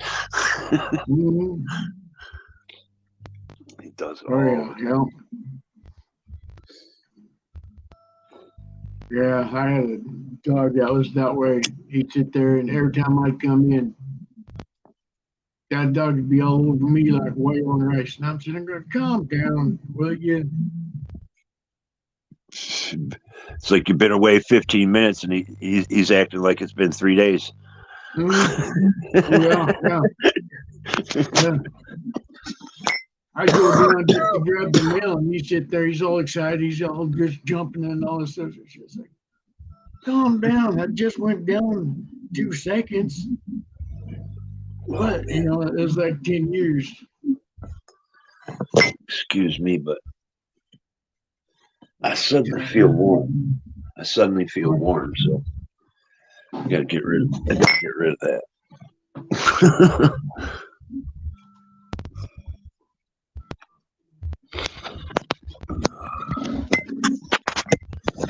Whoops.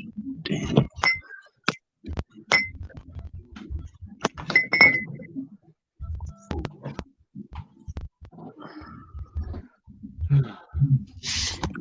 I'll just keep smoking this. Cigarettes suck. At least weed's worth smoking. Cigarettes are just fucking nasty and they'll kill you. Oh yeah. Well, last time I had a cigarette was when they were $1.85 a pack. Man, what's that? Fucking 90s? Last time Early they were 90s was 2004. Okay. Man, something I need to quit for sure. Been thinking about it big time last year. Had to deal with a lot of problems last year, so it was kind of like a no, not even bother trying, you know. Yeah.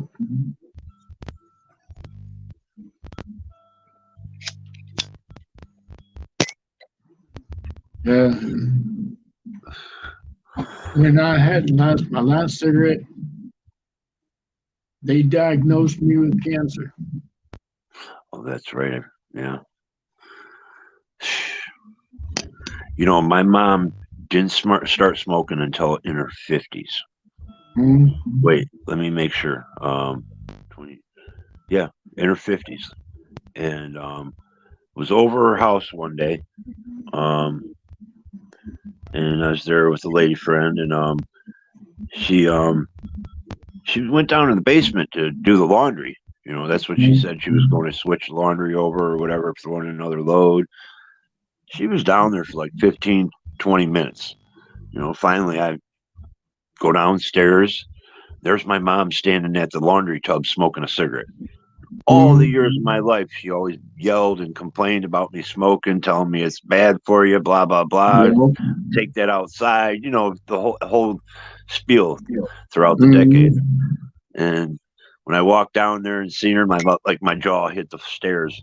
Like, what are you smoking cigarettes? And I start laying into her, not yelling or anything. I mean, it probably was raised voice, but I'm like shocked, you know. And I suddenly, at all of a sudden, a moment, I felt like the adult in the room, yelling at the kid. That's right. But it was, and she got cancer. Not even like 20 years later, you know, she ended up with cancer. Yeah. Not even 20 years actually, because the last 11 years she had cancer in 2011. So yeah, it was only maybe 15 years she ended up at the most. She got cancer. No, that's not good. Yeah. My dad passed away from cancer. Grandma's passed away from cancer. And you know, they never would have found it. She had a stroke. And when she went to the hospital for the stroke, they found a cyst or like, you know, something on her breast. Yeah. And she wasn't going to say nothing about it. Well, you know, it was bad. It was actually really bad, you know, like a sore. It wasn't no, you know, mole or birthmark, you know, type looking thing. It was actually, you know, open sore type thing.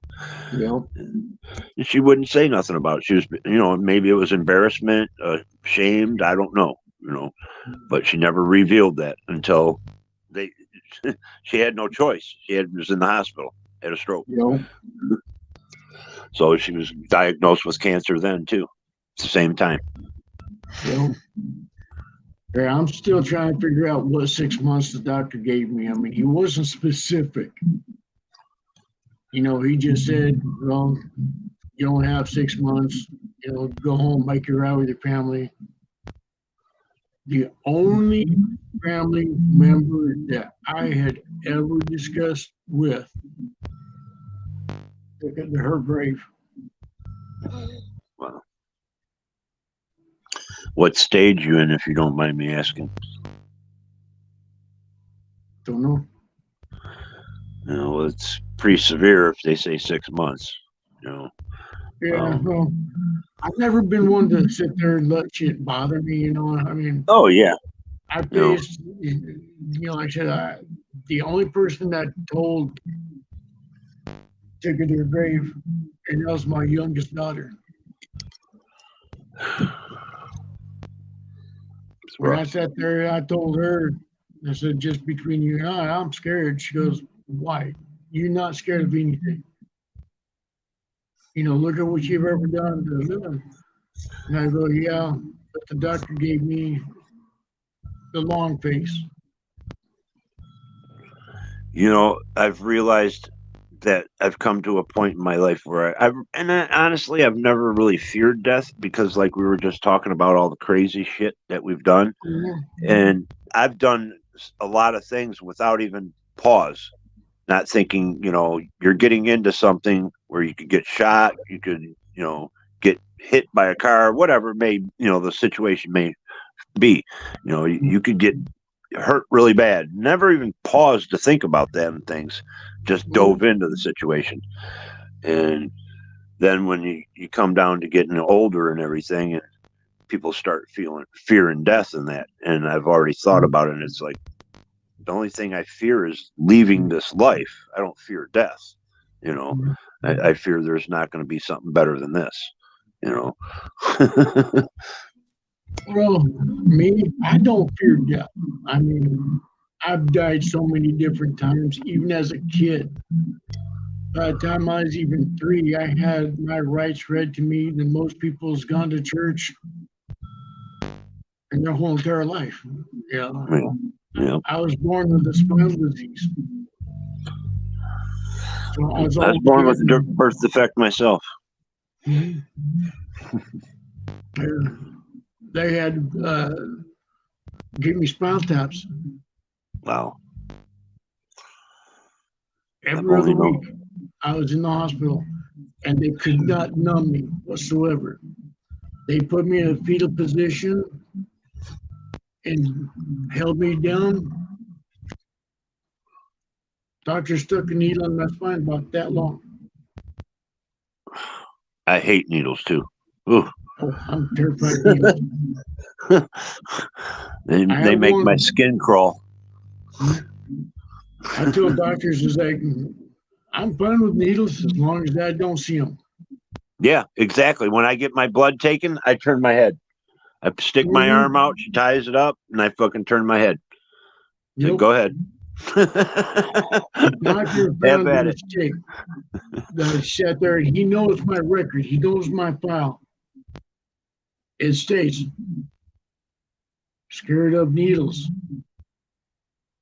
Fear of needles. Big bold black letters. I mean, doctor sits there and he goes, all right, he's sitting there, he's trying to put my shoulder back together and stuff like that. And he has to numb it up. And he goes, all right, now I want you to see what I'm doing. So that way, I'm doing it right. Da, da, da. And I'm looking at the needle right here. I look at that and I instantly blacked out, blood red, and I go, dude. He was on that rolling chair that they always come in, sit on. He went flying, his legs dragging along the deal, and he hits his head against the wall. And all of a sudden, everybody's like, man, what's going on? What's going on? And I'm just like, get this thing out of me, get this thing out of me, get this thing out of me. And the nurse just said, she goes, "Oh my God, what happened?" And I go, "He didn't read. Terrified needles. What does he do? Right here. Yeah, it puts it Tell right me to next to look." your face.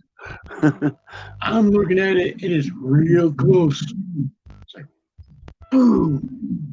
He was sliding. I'll tell you what. I had an experience. I think it was 14 or 15. Um, well, I was cross-eyed and really bad when I was young, and I still have.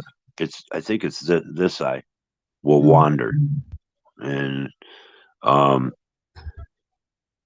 I had to go into Henry Ford, and my mom let him do it, and I said, yeah, I want to do it because I was always picked on, and all that, cross-eyed or whatever, and plus it bothered my, look in the mirror, you see that, and it's like, well, they did an operation to would straighten out my eyes a little bit, and it wasn't a guarantee, but they said it would be better. So they did an operation where they had to take both my eyes out. They cut my right here with an scalpel and pulled my eyes out, resewed my retinas to the back of the eye, which strengthened the eye. You know, um, the one eyeball stays pretty much straight. The other one will float. You know what I'm saying?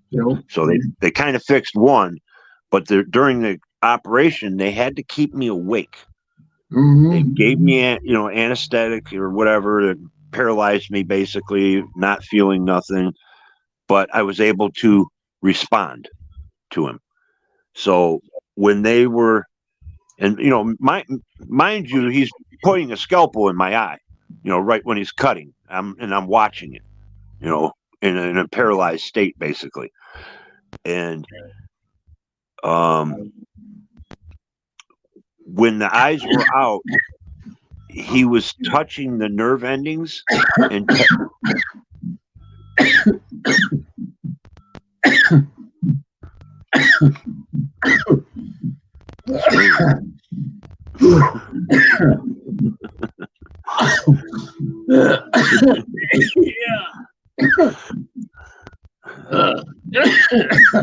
you need a drink.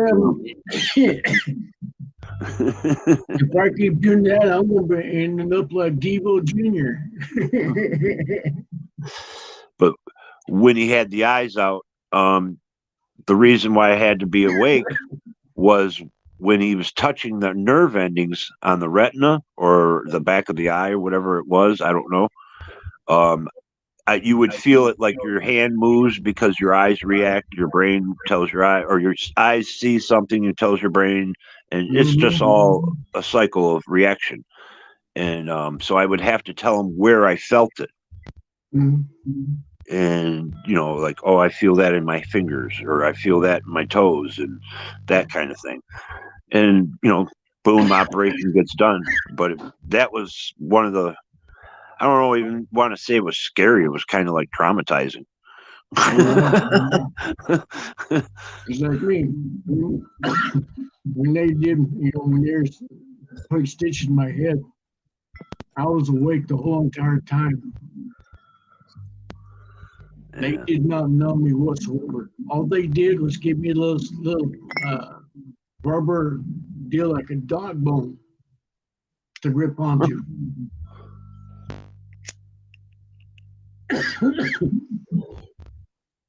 When they put the titanium rod in my lower back, I felt everything also because they waited too long to start the surgery. Jeez. 8.5 hours. I was on this little table that you move different directions and stuff like that so they can get the rod in properly. Make sure everything's all where it needs to be and stuff like that. 8.5 hours. And they wonder why people don't trust medicine and doctors. Those chairs that you see in the massage chairs, where you can put your face through and you got the little deal to hold on to. Yep. Some of our chiropractors. That's what they had me on.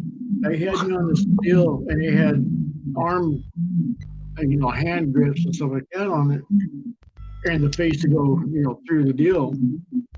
I'm sitting there, I'm looking, and if it wasn't for the fact that there was 2 females nurses in the room within eyesight, doctor would have been dead.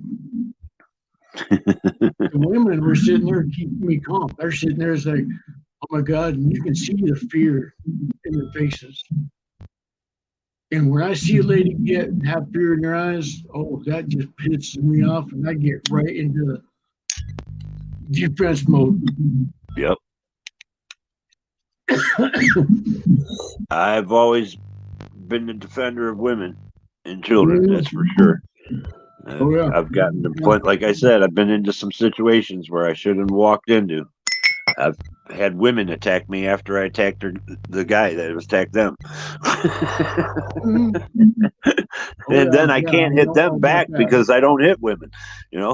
It's like, wait a second, now I'm in a situation I shouldn't, like I said, just stayed out. I had that happen at a bar when I was a bouncer. The guy hit his girlfriend, wife, or whatever in the bar, and I grabbed hold of him and did what I did, and all of a sudden I'm being hit with a purse that felt like there was a fifth of alcohol in it. Oh yeah. No, I know about that. I was a bouncer at a very well-known Packer bar. Hey, Too Tall, what's going on? I'm over here. How you doing, brother? Hey, what's happening, Too Tall? What's happening? Oh shit, God, man. Get some got these half naked men. What the hell? Oh. Blind and half naked. Just the way somebody likes them. Oh yeah. Got that bald, scary head too, looking. I don't know, man. From this angle of your camera there, man, it looks like we're talking to a dickhead. Hey, you process, how you doing, brother? There you go. I apologize. Is that better? Yeah, hey, it looks like a real boy now instead of a tool.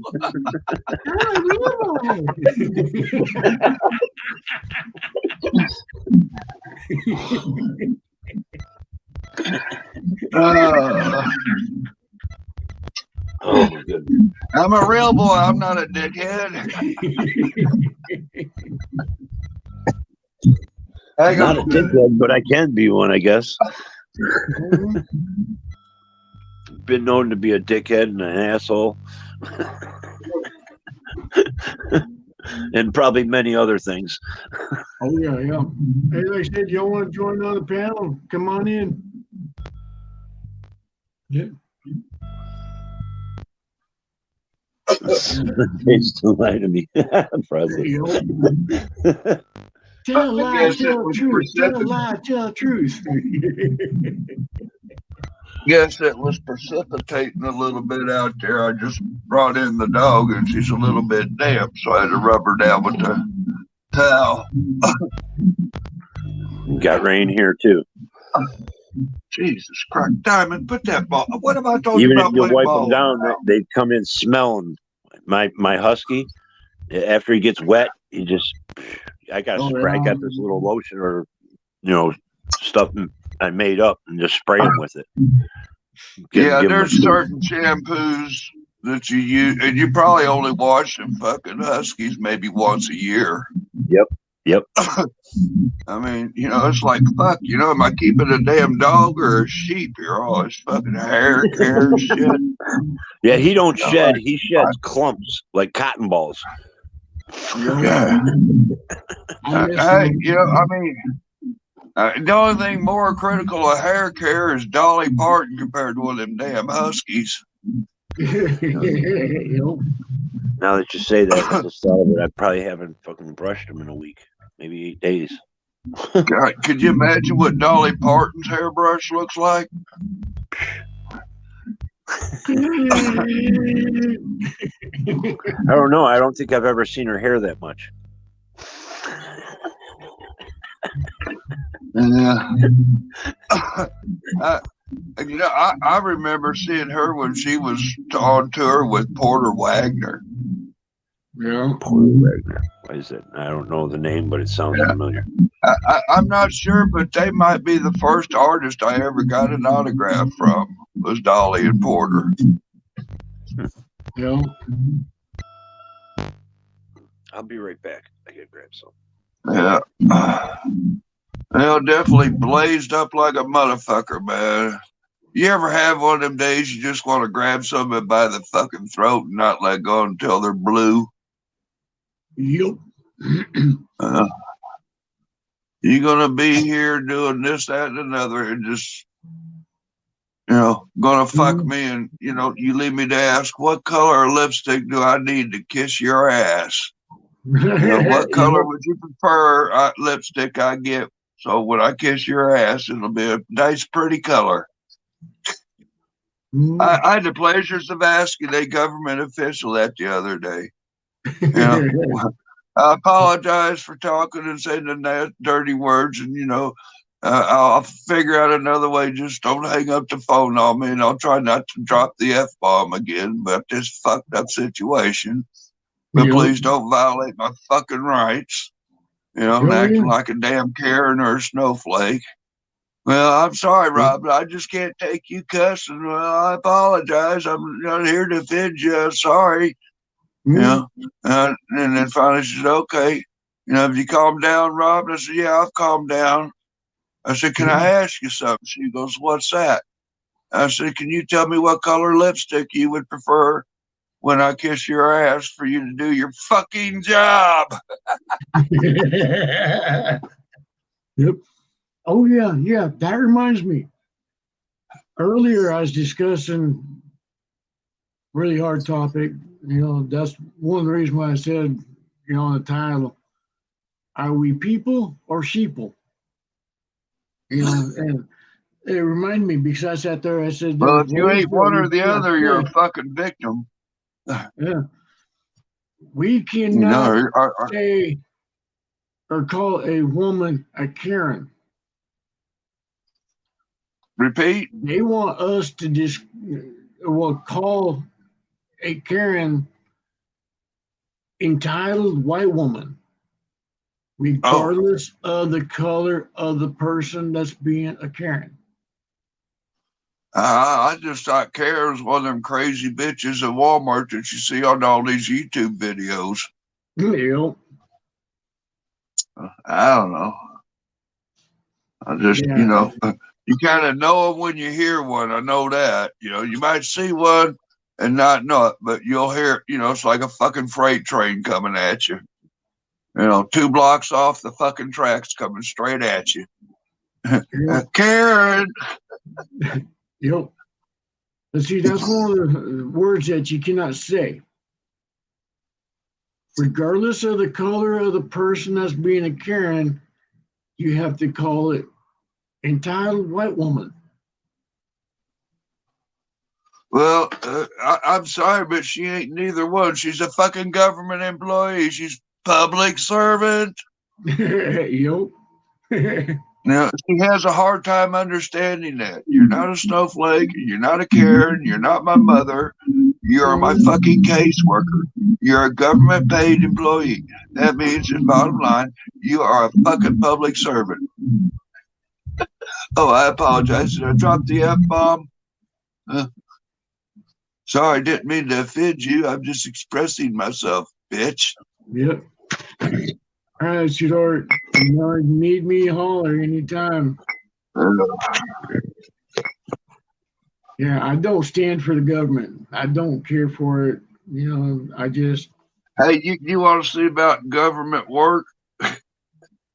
This is exclusive content.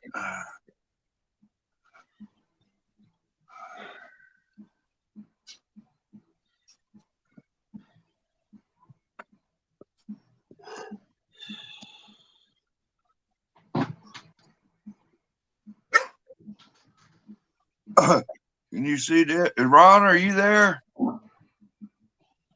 Yeah, I'm here. Yeah. Look at this. You've heard the story about my piece of shit landlord? Oh yeah. The latest in his bubblegum repairs. You know, my thermostat hangs on the wall. It hangs on an interior wall. The other day, you know, it's been hanging up every now and again. Fucking wake up and it's 85 fucking degrees in the house instead of 70. Yeah. Well, you need to replace this piece of shit thermostat. You know, clean it, something. I don't know. But the other day when I shut it, like back around Thanksgiving time, I was doing dishes or something, or I splashed some water. My hand was wet when I shut the fucking furnace off. And I could feel the cold air blowing through the wall and through the thermostat. I go, huh, why is there air coming through my wall where this thermostat's hanging? You know, because there's a little hole where the wires go and then in the wall and where the fuck ever to the furnace. Mm-hmm. So, you know, I figured, well, cold air blowing on that thermostat. No wonder my fucking house is 85 fucking degrees when it's set on 70. Mm-hmm. I called the landlord. I said, hey, you know, can you come over and put some insulation or something? You got cold air coming through this fucking hole in the wall for the thermostat. So he come over and he did that back around Thanksgiving. Thermostat's still sticking. The other day when I went to turn it off, I could still feel a bit of the cold air. Mm-hmm. Like, well, maybe you need more spray foam or whatever you squirted in there fell and it's laying on the floor instead of up where in the hole. Anyway, he come over today and he left the house. And this is a licensed air conditioning and heating guy, the property owner with a piece of federal rented property. This is the repair he made. Put some use hanging on the wall. He removed the screws attaching it to the wall, put a piece of styrofoam in there, and it doesn't even have any screws holding that to the wall, so it doesn't stay level for the mercury switch. Mm-hmm. And some people tell me that switch is a 20-year-old fucking switch. Yeah, it looks it. Yeah, it is. I mentioned to him, you know, maybe it's, you know, I told him, I said, I got a friend of mine's an AC guy, and he recommended, you know, changing that to a digital, you know, because they don't stick and freeze like these old Mercuries. He says, well, if you got $100, I can get one, pick them up to $100. I'm a tenant. Do I pay for fucking thermostats on your house that you rent with federal money? Not unless you get to subtract it off the rent. Does this look like the work of a licensed professional that your thermostat is just dangling by the wires? No, that looks like somebody that lived around the block fucking fixed it. And that looks like a lipstick on a pig fucking repair with a piece of bubble gum. Mm-hmm. Yeah, I was sitting there just thinking. Definitely unacceptable. I was sitting there just thinking the last time I had to go adjust it. Well, that changes the mercury level. Mm-hmm. And like maybe I ought to take a piece of duct tape and duct tape that configuration so it stays in one place so the mercury level doesn't change. Mm-hmm. You know, and that way, in case somebody bumps it, it doesn't start a fire when it breaks the wires and the connections and shorten. Mm-hmm. But oh yeah, I'm gonna have some fun with that evidence. Mm-hmm. Yeah, that's definitely proof right there. Yeah, yeah, that's like definitely slumlord fucking proof. You know, and I got video that you can hear him talking as he's making his repair. I just had the camera sitting there. It's picking up the audio more than it is the video. And you can hear me ask him about, you know, hey, you know, maybe it's recommended my AC guy that I know. He said, man, you need to get one of them digital motherfuckers. Mm-hmm. Well, for $100, you know, just like when I told him he needed to change that fucking toilet because it was cracked because somebody misinstalled it. Oh, that's going to be and like, it's interesting how everything needs fixed around here is $100 fucking dollars. Mm-hmm. Tell him your foot in his ass is worth $100. It's worth 200. Fuck that shit, man. Do you see these hands? Mm-hmm. Can you imagine his neck in my hand? Mm-hmm. How that motherfucker made it out of his house alive, leaving that piece of shit looking like that. I do, you know, hey, He's lucky you weren't half a 20 bottle years of younger. Jim Beam.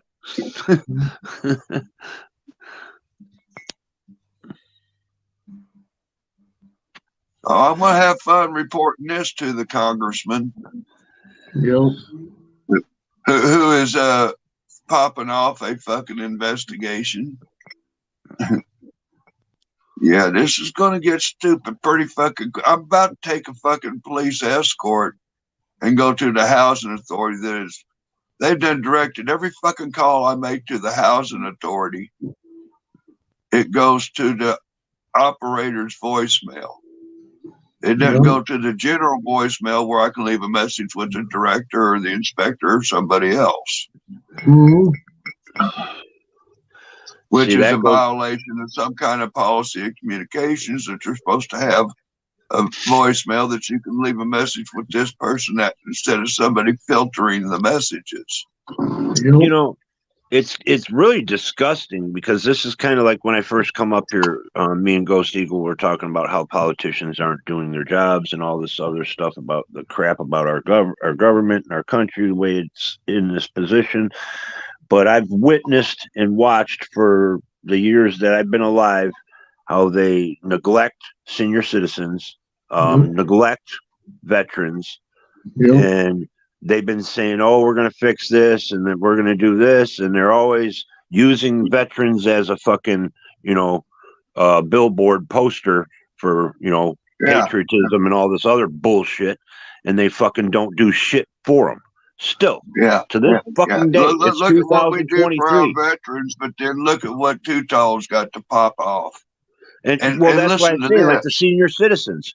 My mom collecting her Social Security made less than $12,000 a year. That's what she lived on. Yep. These motherfuckers are taking home $200,000 paychecks a year, and they don't want to give up $12,000 to somebody that's worked their ass off all their life. Yep. It's fucking disgusting. See, when us vets now here's something fucked up. Jobs. My local news, my local CBS News. We get dropped off at the corner, say, goes, "Thank you for your service," and that's it. Now see, my local 13 News. Once we're done with they're happy to play my police videos and shit. Mm-hmm. I can sit there and make a recording of the police and doing something here in town or wherever. The news will play them videos all day. I can talk to the fucking studio producer, the editor. I've talked to him on the phone. I've told them about my story and my video evidence of my piece of shit landlord and the piece of shit caseworkers with the VA. They won't do a story about that. They don't want to hear the truth. Yeah. And they're like, well, guess what, motherfuckers? You ain't getting one more cop video for I don't care if there's a fucking parade and the president's here. You will not be getting my video. Could you imagine all the news reports and all the news clippings if they covered every case that was documented for veterans being neglected, senior citizens neglected? If they had all these videos, they would make shootings by cops, beating by cops. They would make all of them look like nothing. Because they don't want that on the news. They don't want, to show homelessness. They don't want to show people struggling. They just fucking abandon them. It's like they did Detroit. That exterminator that the VA hired for me because my landlord wouldn't take care of the bug problem here. He showed me some pictures the other day when he was here for a follow-up. he said there, you would not believe this infestation of bed bugs in a HUD home with a senior disabled person. Mm-hmm. And like, and this guy asked, how long has these bugs been here? He said, I thought they were ants. Mm-hmm. I was like, what the fuck? He said, and this is the bed. You would not believe the fuck. It looked like somebody dumped 7 boxes of popcorn on this motherfucker's bed. Well, oh yeah, yeah. Well, this is nasty. But like I said, our vets are treated like shit. Yeah. We go through hell. I mean, we face more hell than we ever discuss with anybody. Yeah. I mean, it's a fucking joke. And, some of these cop watchers and community motherfuckers, Mm-hmm. I need some help in filing some lawsuits and civil right violation shit. I struggle filling out applications. Yep. Anybody stepping up to help me? I ain't asking for a dime. I'm even offering to help pay transportations and shit. Mm-hmm. I know plenty of them that call you by your first name. They, I mean, obviously it's on your name, but I mean, they know you personally and they still don't make attempts, which is kind of sad. I mean, yeah, there's some that I've helped raise lots of money to help them with their situations. Yep, I've witnessed it. Hey, I got a situation. Can I get a little help? Just a little bit of help. Well, I'm busy, Rob. And I don't laugh because it's funny. It's just like what else can you do? They're just community, family. As long as it's me. Yeah, as long as I'm the one that's getting help. Community, the praise. Community, family, me. Yeah. Mm-hmm.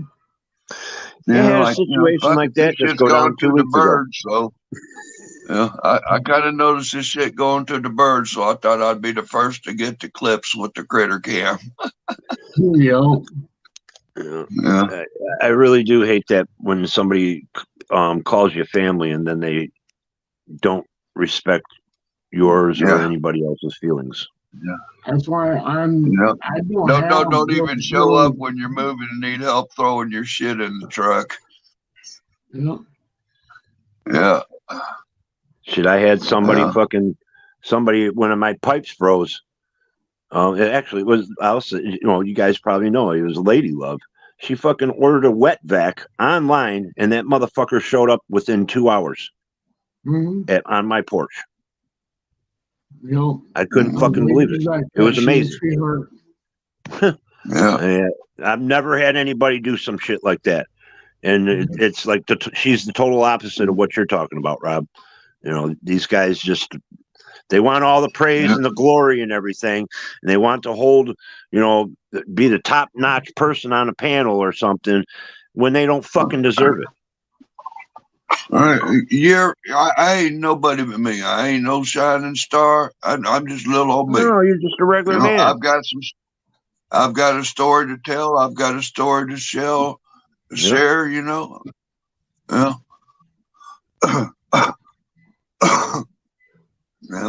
So what if I smoke every weed Rob, every I'd day? help you out anytime. Yeah, so what if I smoke weed every day in an illegal state? Can you imagine me living through this bullshit without some fucking weed?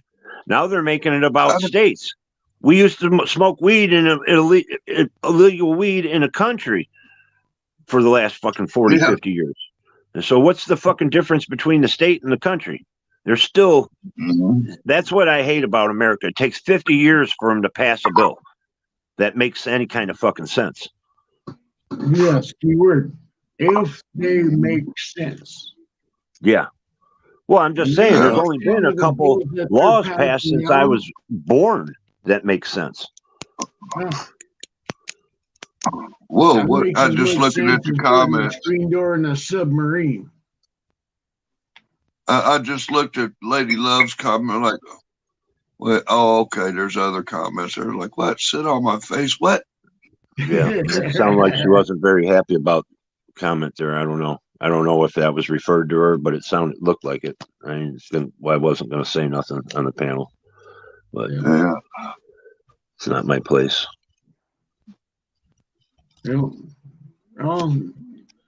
Whoever comes up on panel, or in my chat, don't be afraid to say how it is. I agree. Don't be afraid to say something, because how can we know? And I can guarantee you, I'm not going to sugarcoat anything at all either. I don't hide nothing. Ron will be the first one to tell you, I ain't going to call something a cupcake when it's fucked up. Ain't no sugarcoating with my shit, I try not to, but I try to be delicate about it, and it still doesn't end up right. So I don't know what to do sometimes. It doesn't matter. Yeah. That's how I feel. Yeah. Oh yeah. I don't trust those words very much. Yeah. That's why I walked away from who's, Rob. Mm. Well, I don't got give a told shit about. where to They go didn't with. give a shit about me, and they tried to make me look like a bad person and shit. And they don't look at themselves though. Yeah. Got all day to judge another motherfucker, but won't spend 5 minutes looking in the mirror. Thank you, Rob. And when someone's pointing a finger at you, they've only got one finger pointed at you. Yeah. But look at how many are pointed back at you. Yeah. That goes back to what you were first talking about, Ghost Eagle. There's not enough people that are pointing them fingers back at that one person to say something, though. Them fingers are out there, but they won't say nothing. That's why I said, we the people, or we the sheeple?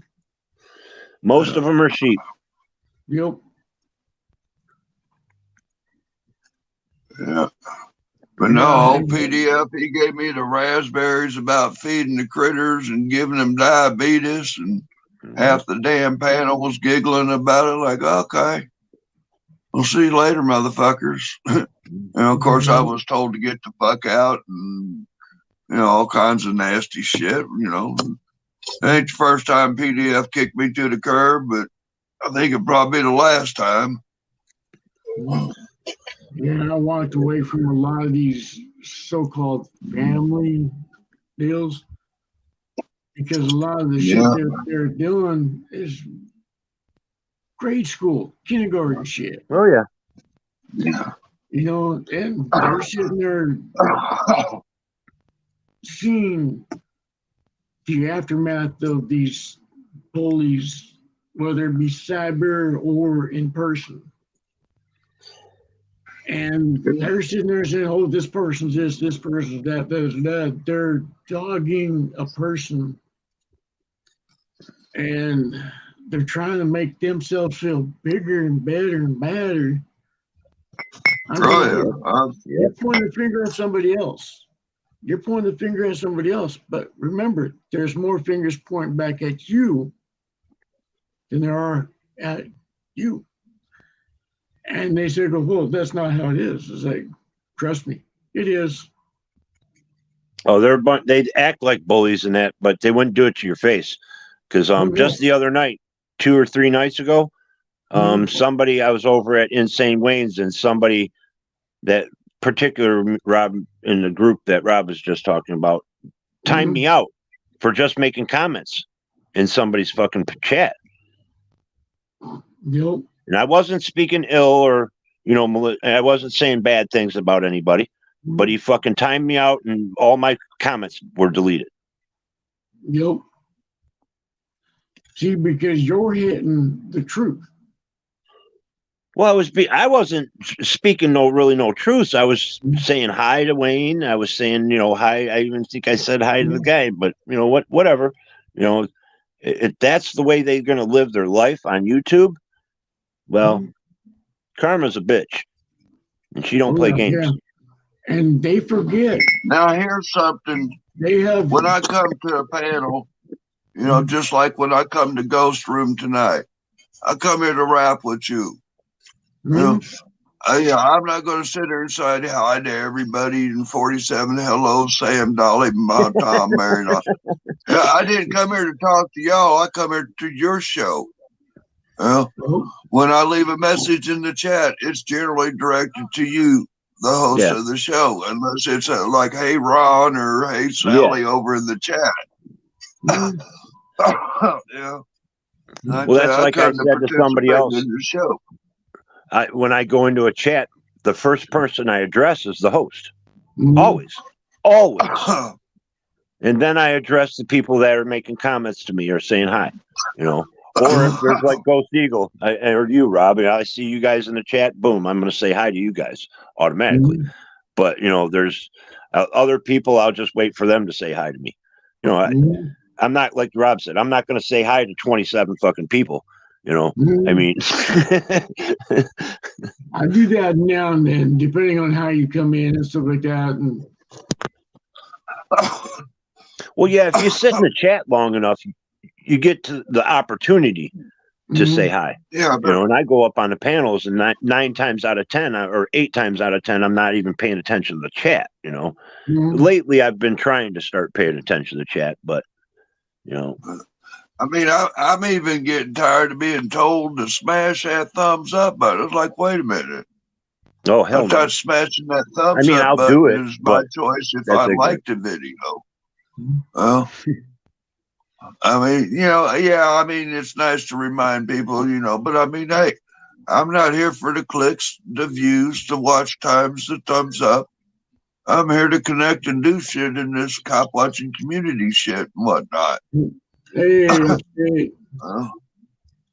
Well, that's where you get some of these guys in this community where all they're there is for the popularity and the praise. Yeah, they're just there for the Huckleberry shit, or you know, they're here for the numbers and the subscribers and the buttons and the knobs and the money and the donos. You know, I hit fucking like. If I go into a chat, I hit the fucking like on your video, and no matter who it is, automatically. And I try to do it before I go in. You know, but yeah, I mean, you don't have to ask me to be nice. I'm already doing it.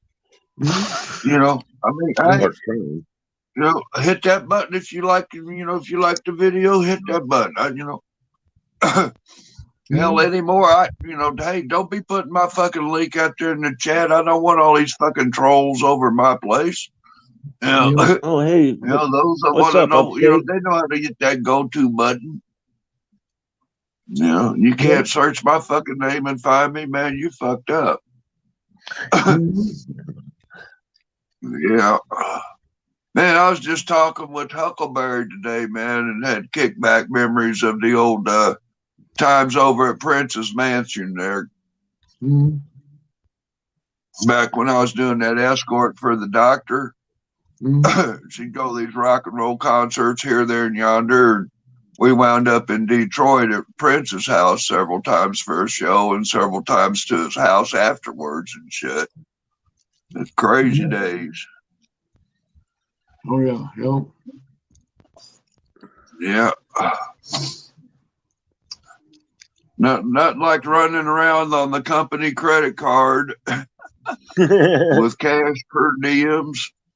Hell, we went to that Michael Jackson Tokyo and the LA concerts. Fuck. Oh, yeah.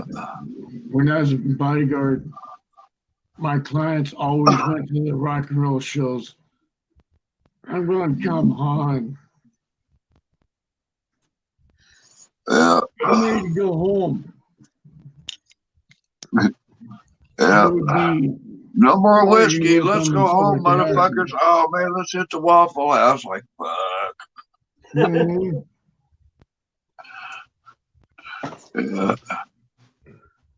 I tell you what, between being 6'7", 6'8", whatever the fuck I am, I wrote it down the other day, but Anyway, yeah, 225 foot or 225, 6'8", you know, and I can drive drunk. Tell me I wasn't the guy for the band.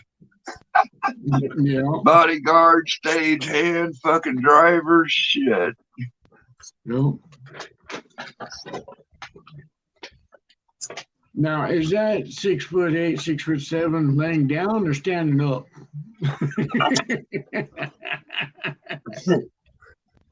That's a little personal, and you ain't that pretty. I got these science freaks. But I tell you what, like, good at question. the age of 73, I can still cut the mustard, lick the jar clean, and I can pitch a tent every morning. Yep. Yeah. And for God's sake, why don't you be sure to make this video private or delete afterwards? I just like, oh shit, these clips come out of this motherfucker. Oh hell. Yeah. Who cares?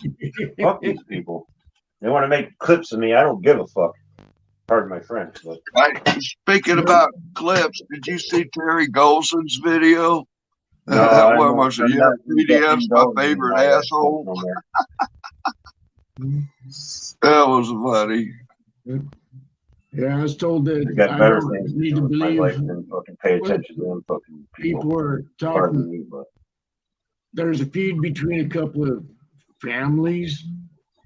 They sat there and they're talking to each other, and they sat there and goes, "Oh, don't pay attention to what this person said or whatever. You know, we're telling the truth." And I go, "I don't do drama. I don't care That shit for ain't your working. shit. What you guys do amongst each other is fine. Just leave my happy ass out of it." Yeah.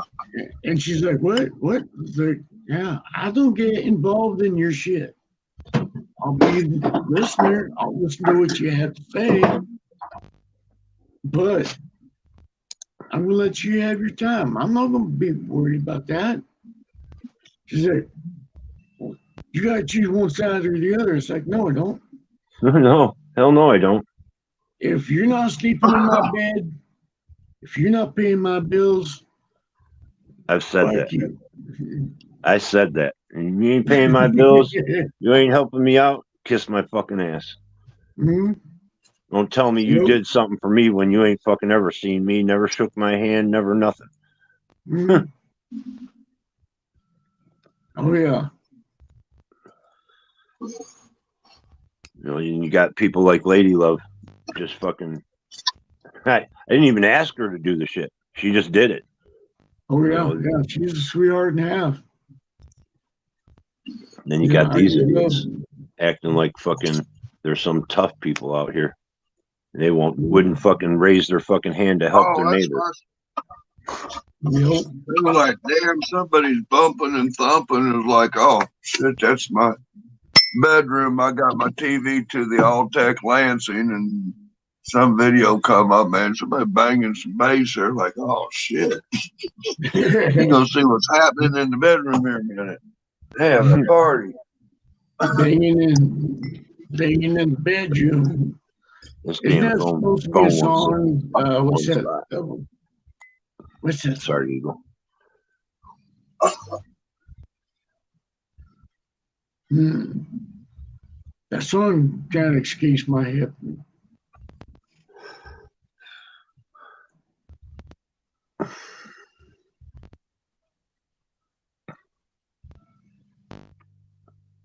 Oh yeah, the smoking boys room.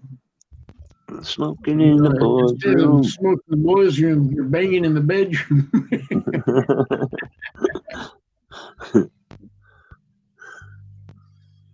Oh, Teach fill me up with the rules.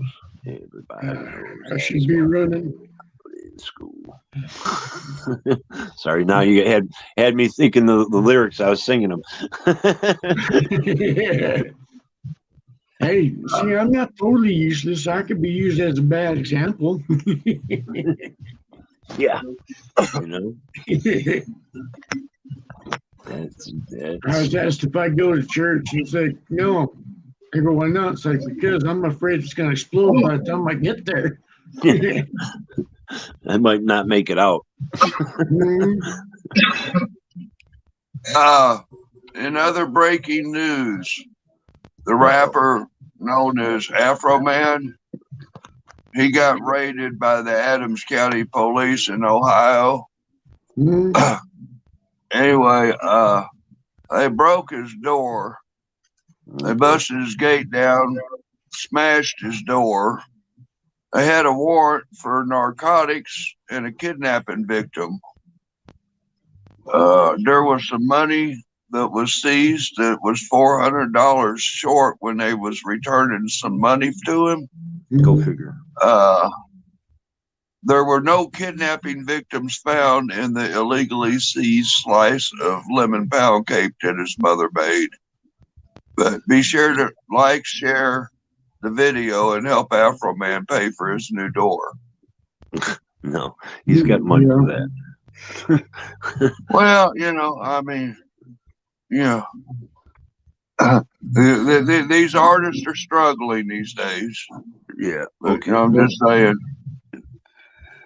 Yep. Afro Man's cool, they dude. can't I got pay to meet for him. their fucking $1 million mortgage. Yep. Oh fuck! He was them? went and bought a whole town in Ohio or some shit. I don't know what he's got going on, but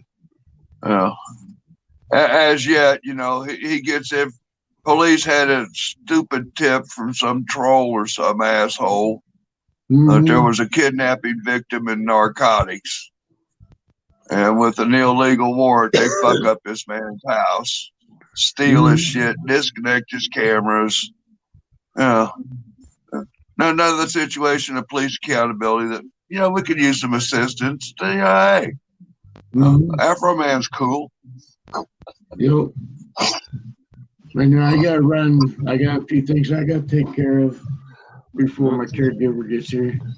Thanks for having me up, Ghost Eagle. Hey, and anytime. Rob, we'll talk to you guys. Yeah. Y'all Take know care where now. to get a hold of me. Y'all need me? Oh, yeah. We'll be seeing you around, definitely. Oh, yeah, I'm everywhere. Take care, man. And like I say, if you have any kidnapping victims, don't hide them in the lemon pound cake. They'll find it there first. But, here this body cam footage of this cop eyeballing that pound cake. Oh, yeah, it's hilarious as hell. All right, brother. Peace. Peace. Guys, have a good night. As I always end my videos,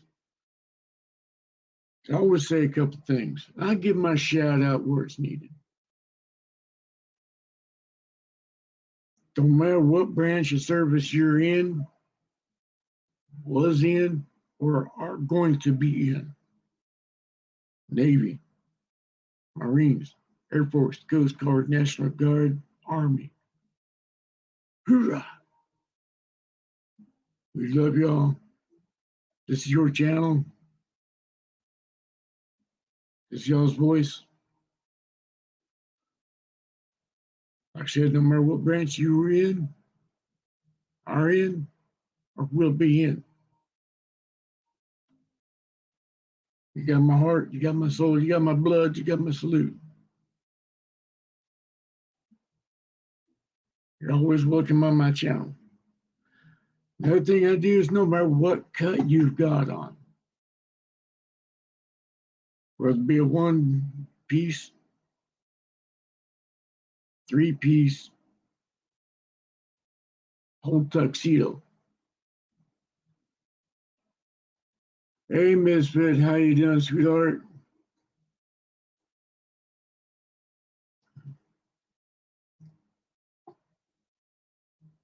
Like I said, it don't matter what cut you got on. It don't matter what you ride. It really don't. My opinion don't count on what you ride. There's bikes that I like that a lot of y'all don't like. But it don't matter because it's not me riding it. It's not you riding it. Just a matter that you're out there in the road. You are experiencing life to the utmost freedom.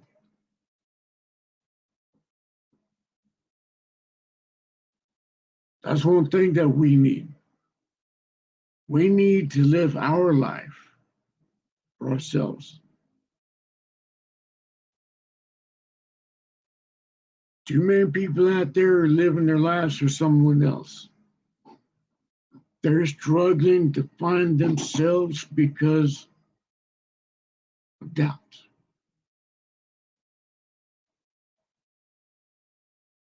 Fear.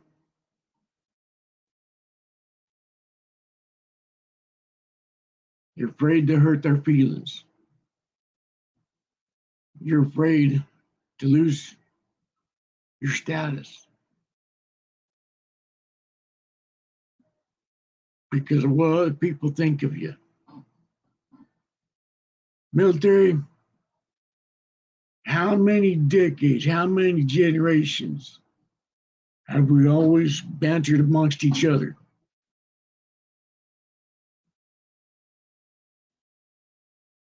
How many decades, how many generations have gone by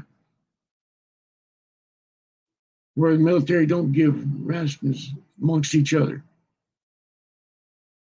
But with that, we know time of need. That person's got our back. That person's standing side by side for us, each other.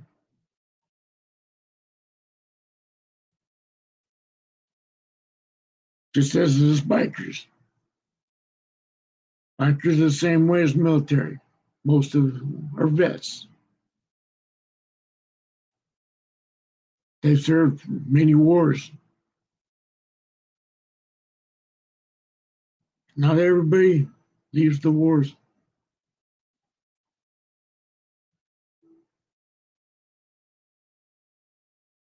We fight continually.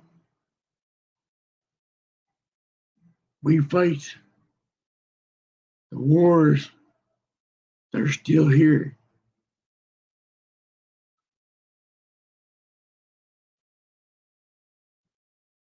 Struggle's hard every day.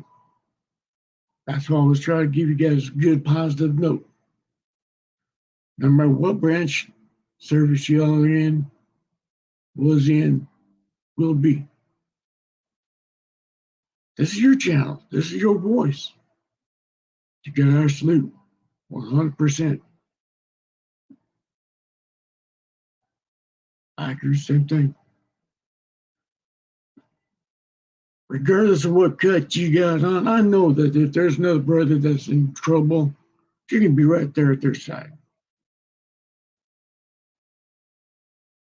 That's the majority of the biker community. If another brother needs our help, we're going to be right there. We're going to back that brother up, regardless of how the cut looks.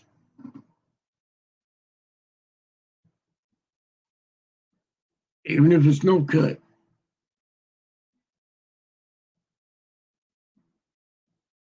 We're going to back one another up. That's the way it should be.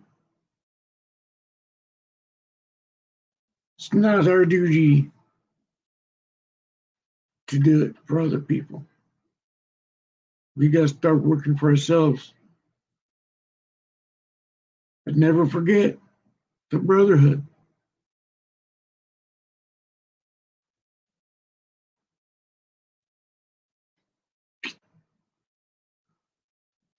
We're in a brotherhood.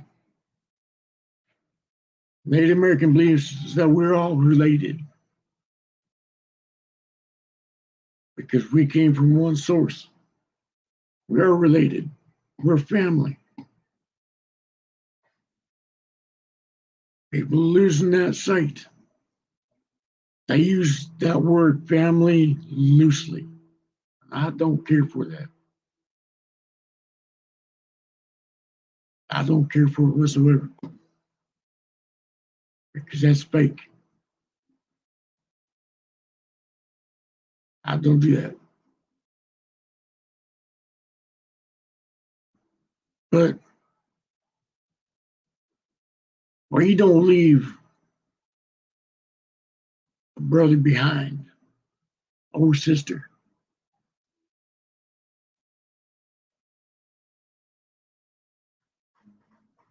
We, the people, need to start standing up for what's right.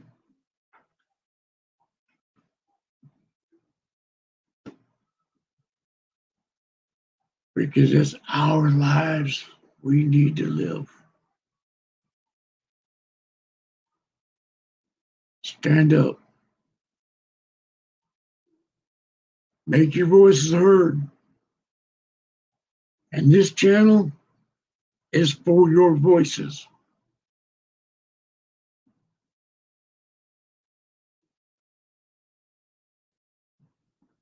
No matter what race you're in, what color your skin,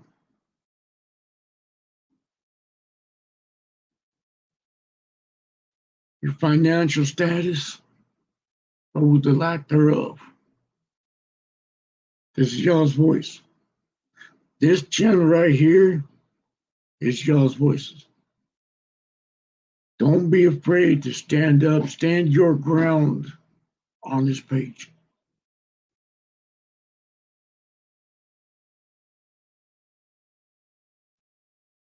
If you want your story to be told, but you don't want your name, let me know. I'll get your story out and I won't mention your name.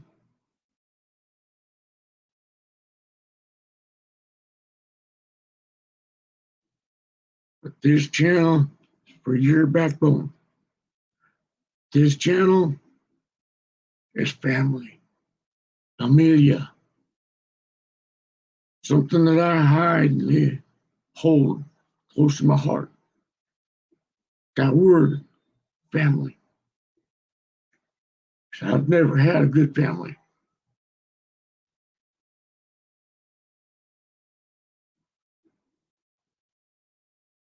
My first taste of real family, what real family was foster family.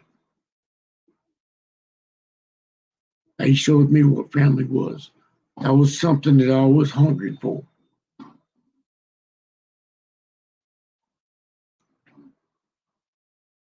That's one reason why I created this channel, not for me. I'm a boring person. My life is completely boring. I don't do nothing much.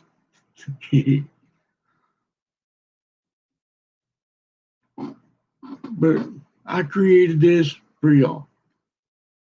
Your content, your voice, your shoulder to lean on.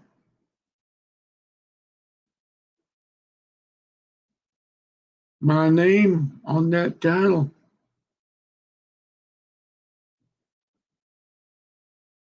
that just means I'm the creator of it. Without each and every one of you little knuckleheads out there, I wouldn't be here. I wouldn't do this. I don't hate people. I hate the actions they take.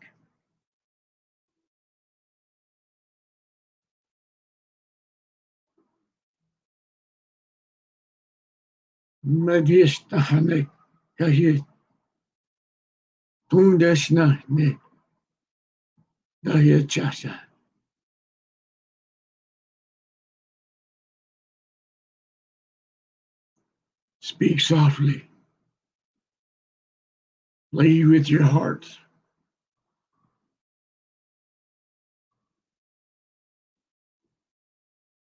Always speak from the heart.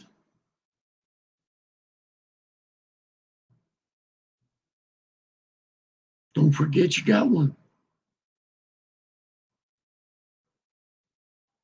Don't forget you got a heart.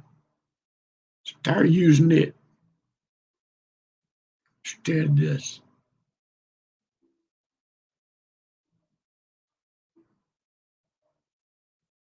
We're in a brotherhood.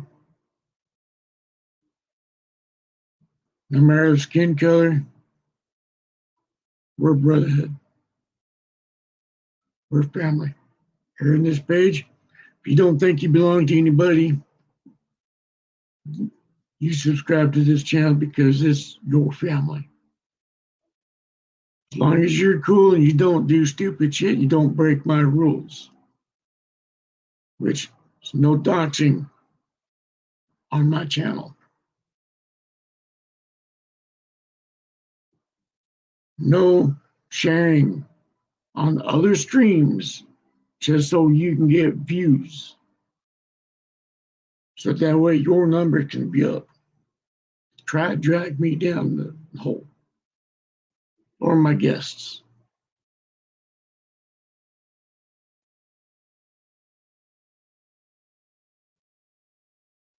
Respect one another that comes up here. That's it.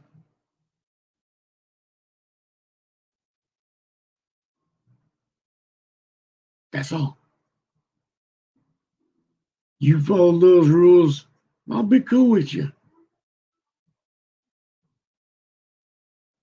You're cool with the people on this channel, whether it be the panel or the comment section. Oops, sorry. Comment section.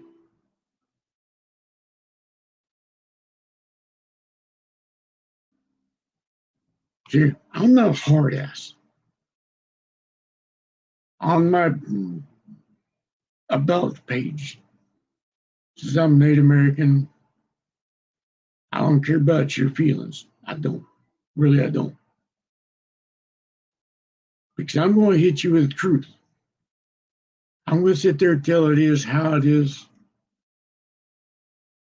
I'll piss on your shoe and I'll tell you straight up I'm going to piss on your shoe. I say I'm going to slap you. You better believe you're getting slapped. That's why I say I don't care for your feelings. If you get offended by what I say, I'll use those words just as much and even more than I just did. Because I know it's triggered you. You can tell me everything. You can call me anything in the book. I say, okay.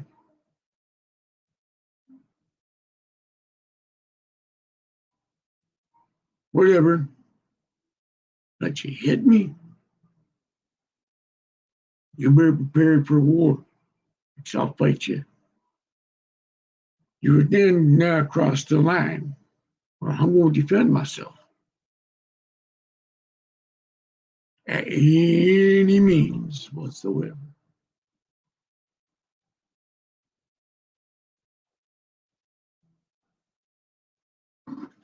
But anyway, we love y'all here. This is your voice, your channel. What you want to see, let me know. But to expect with the next week or so, I will be doing some other stuff. That's going to be cool. I just kind of did a video not too long ago that I uploaded.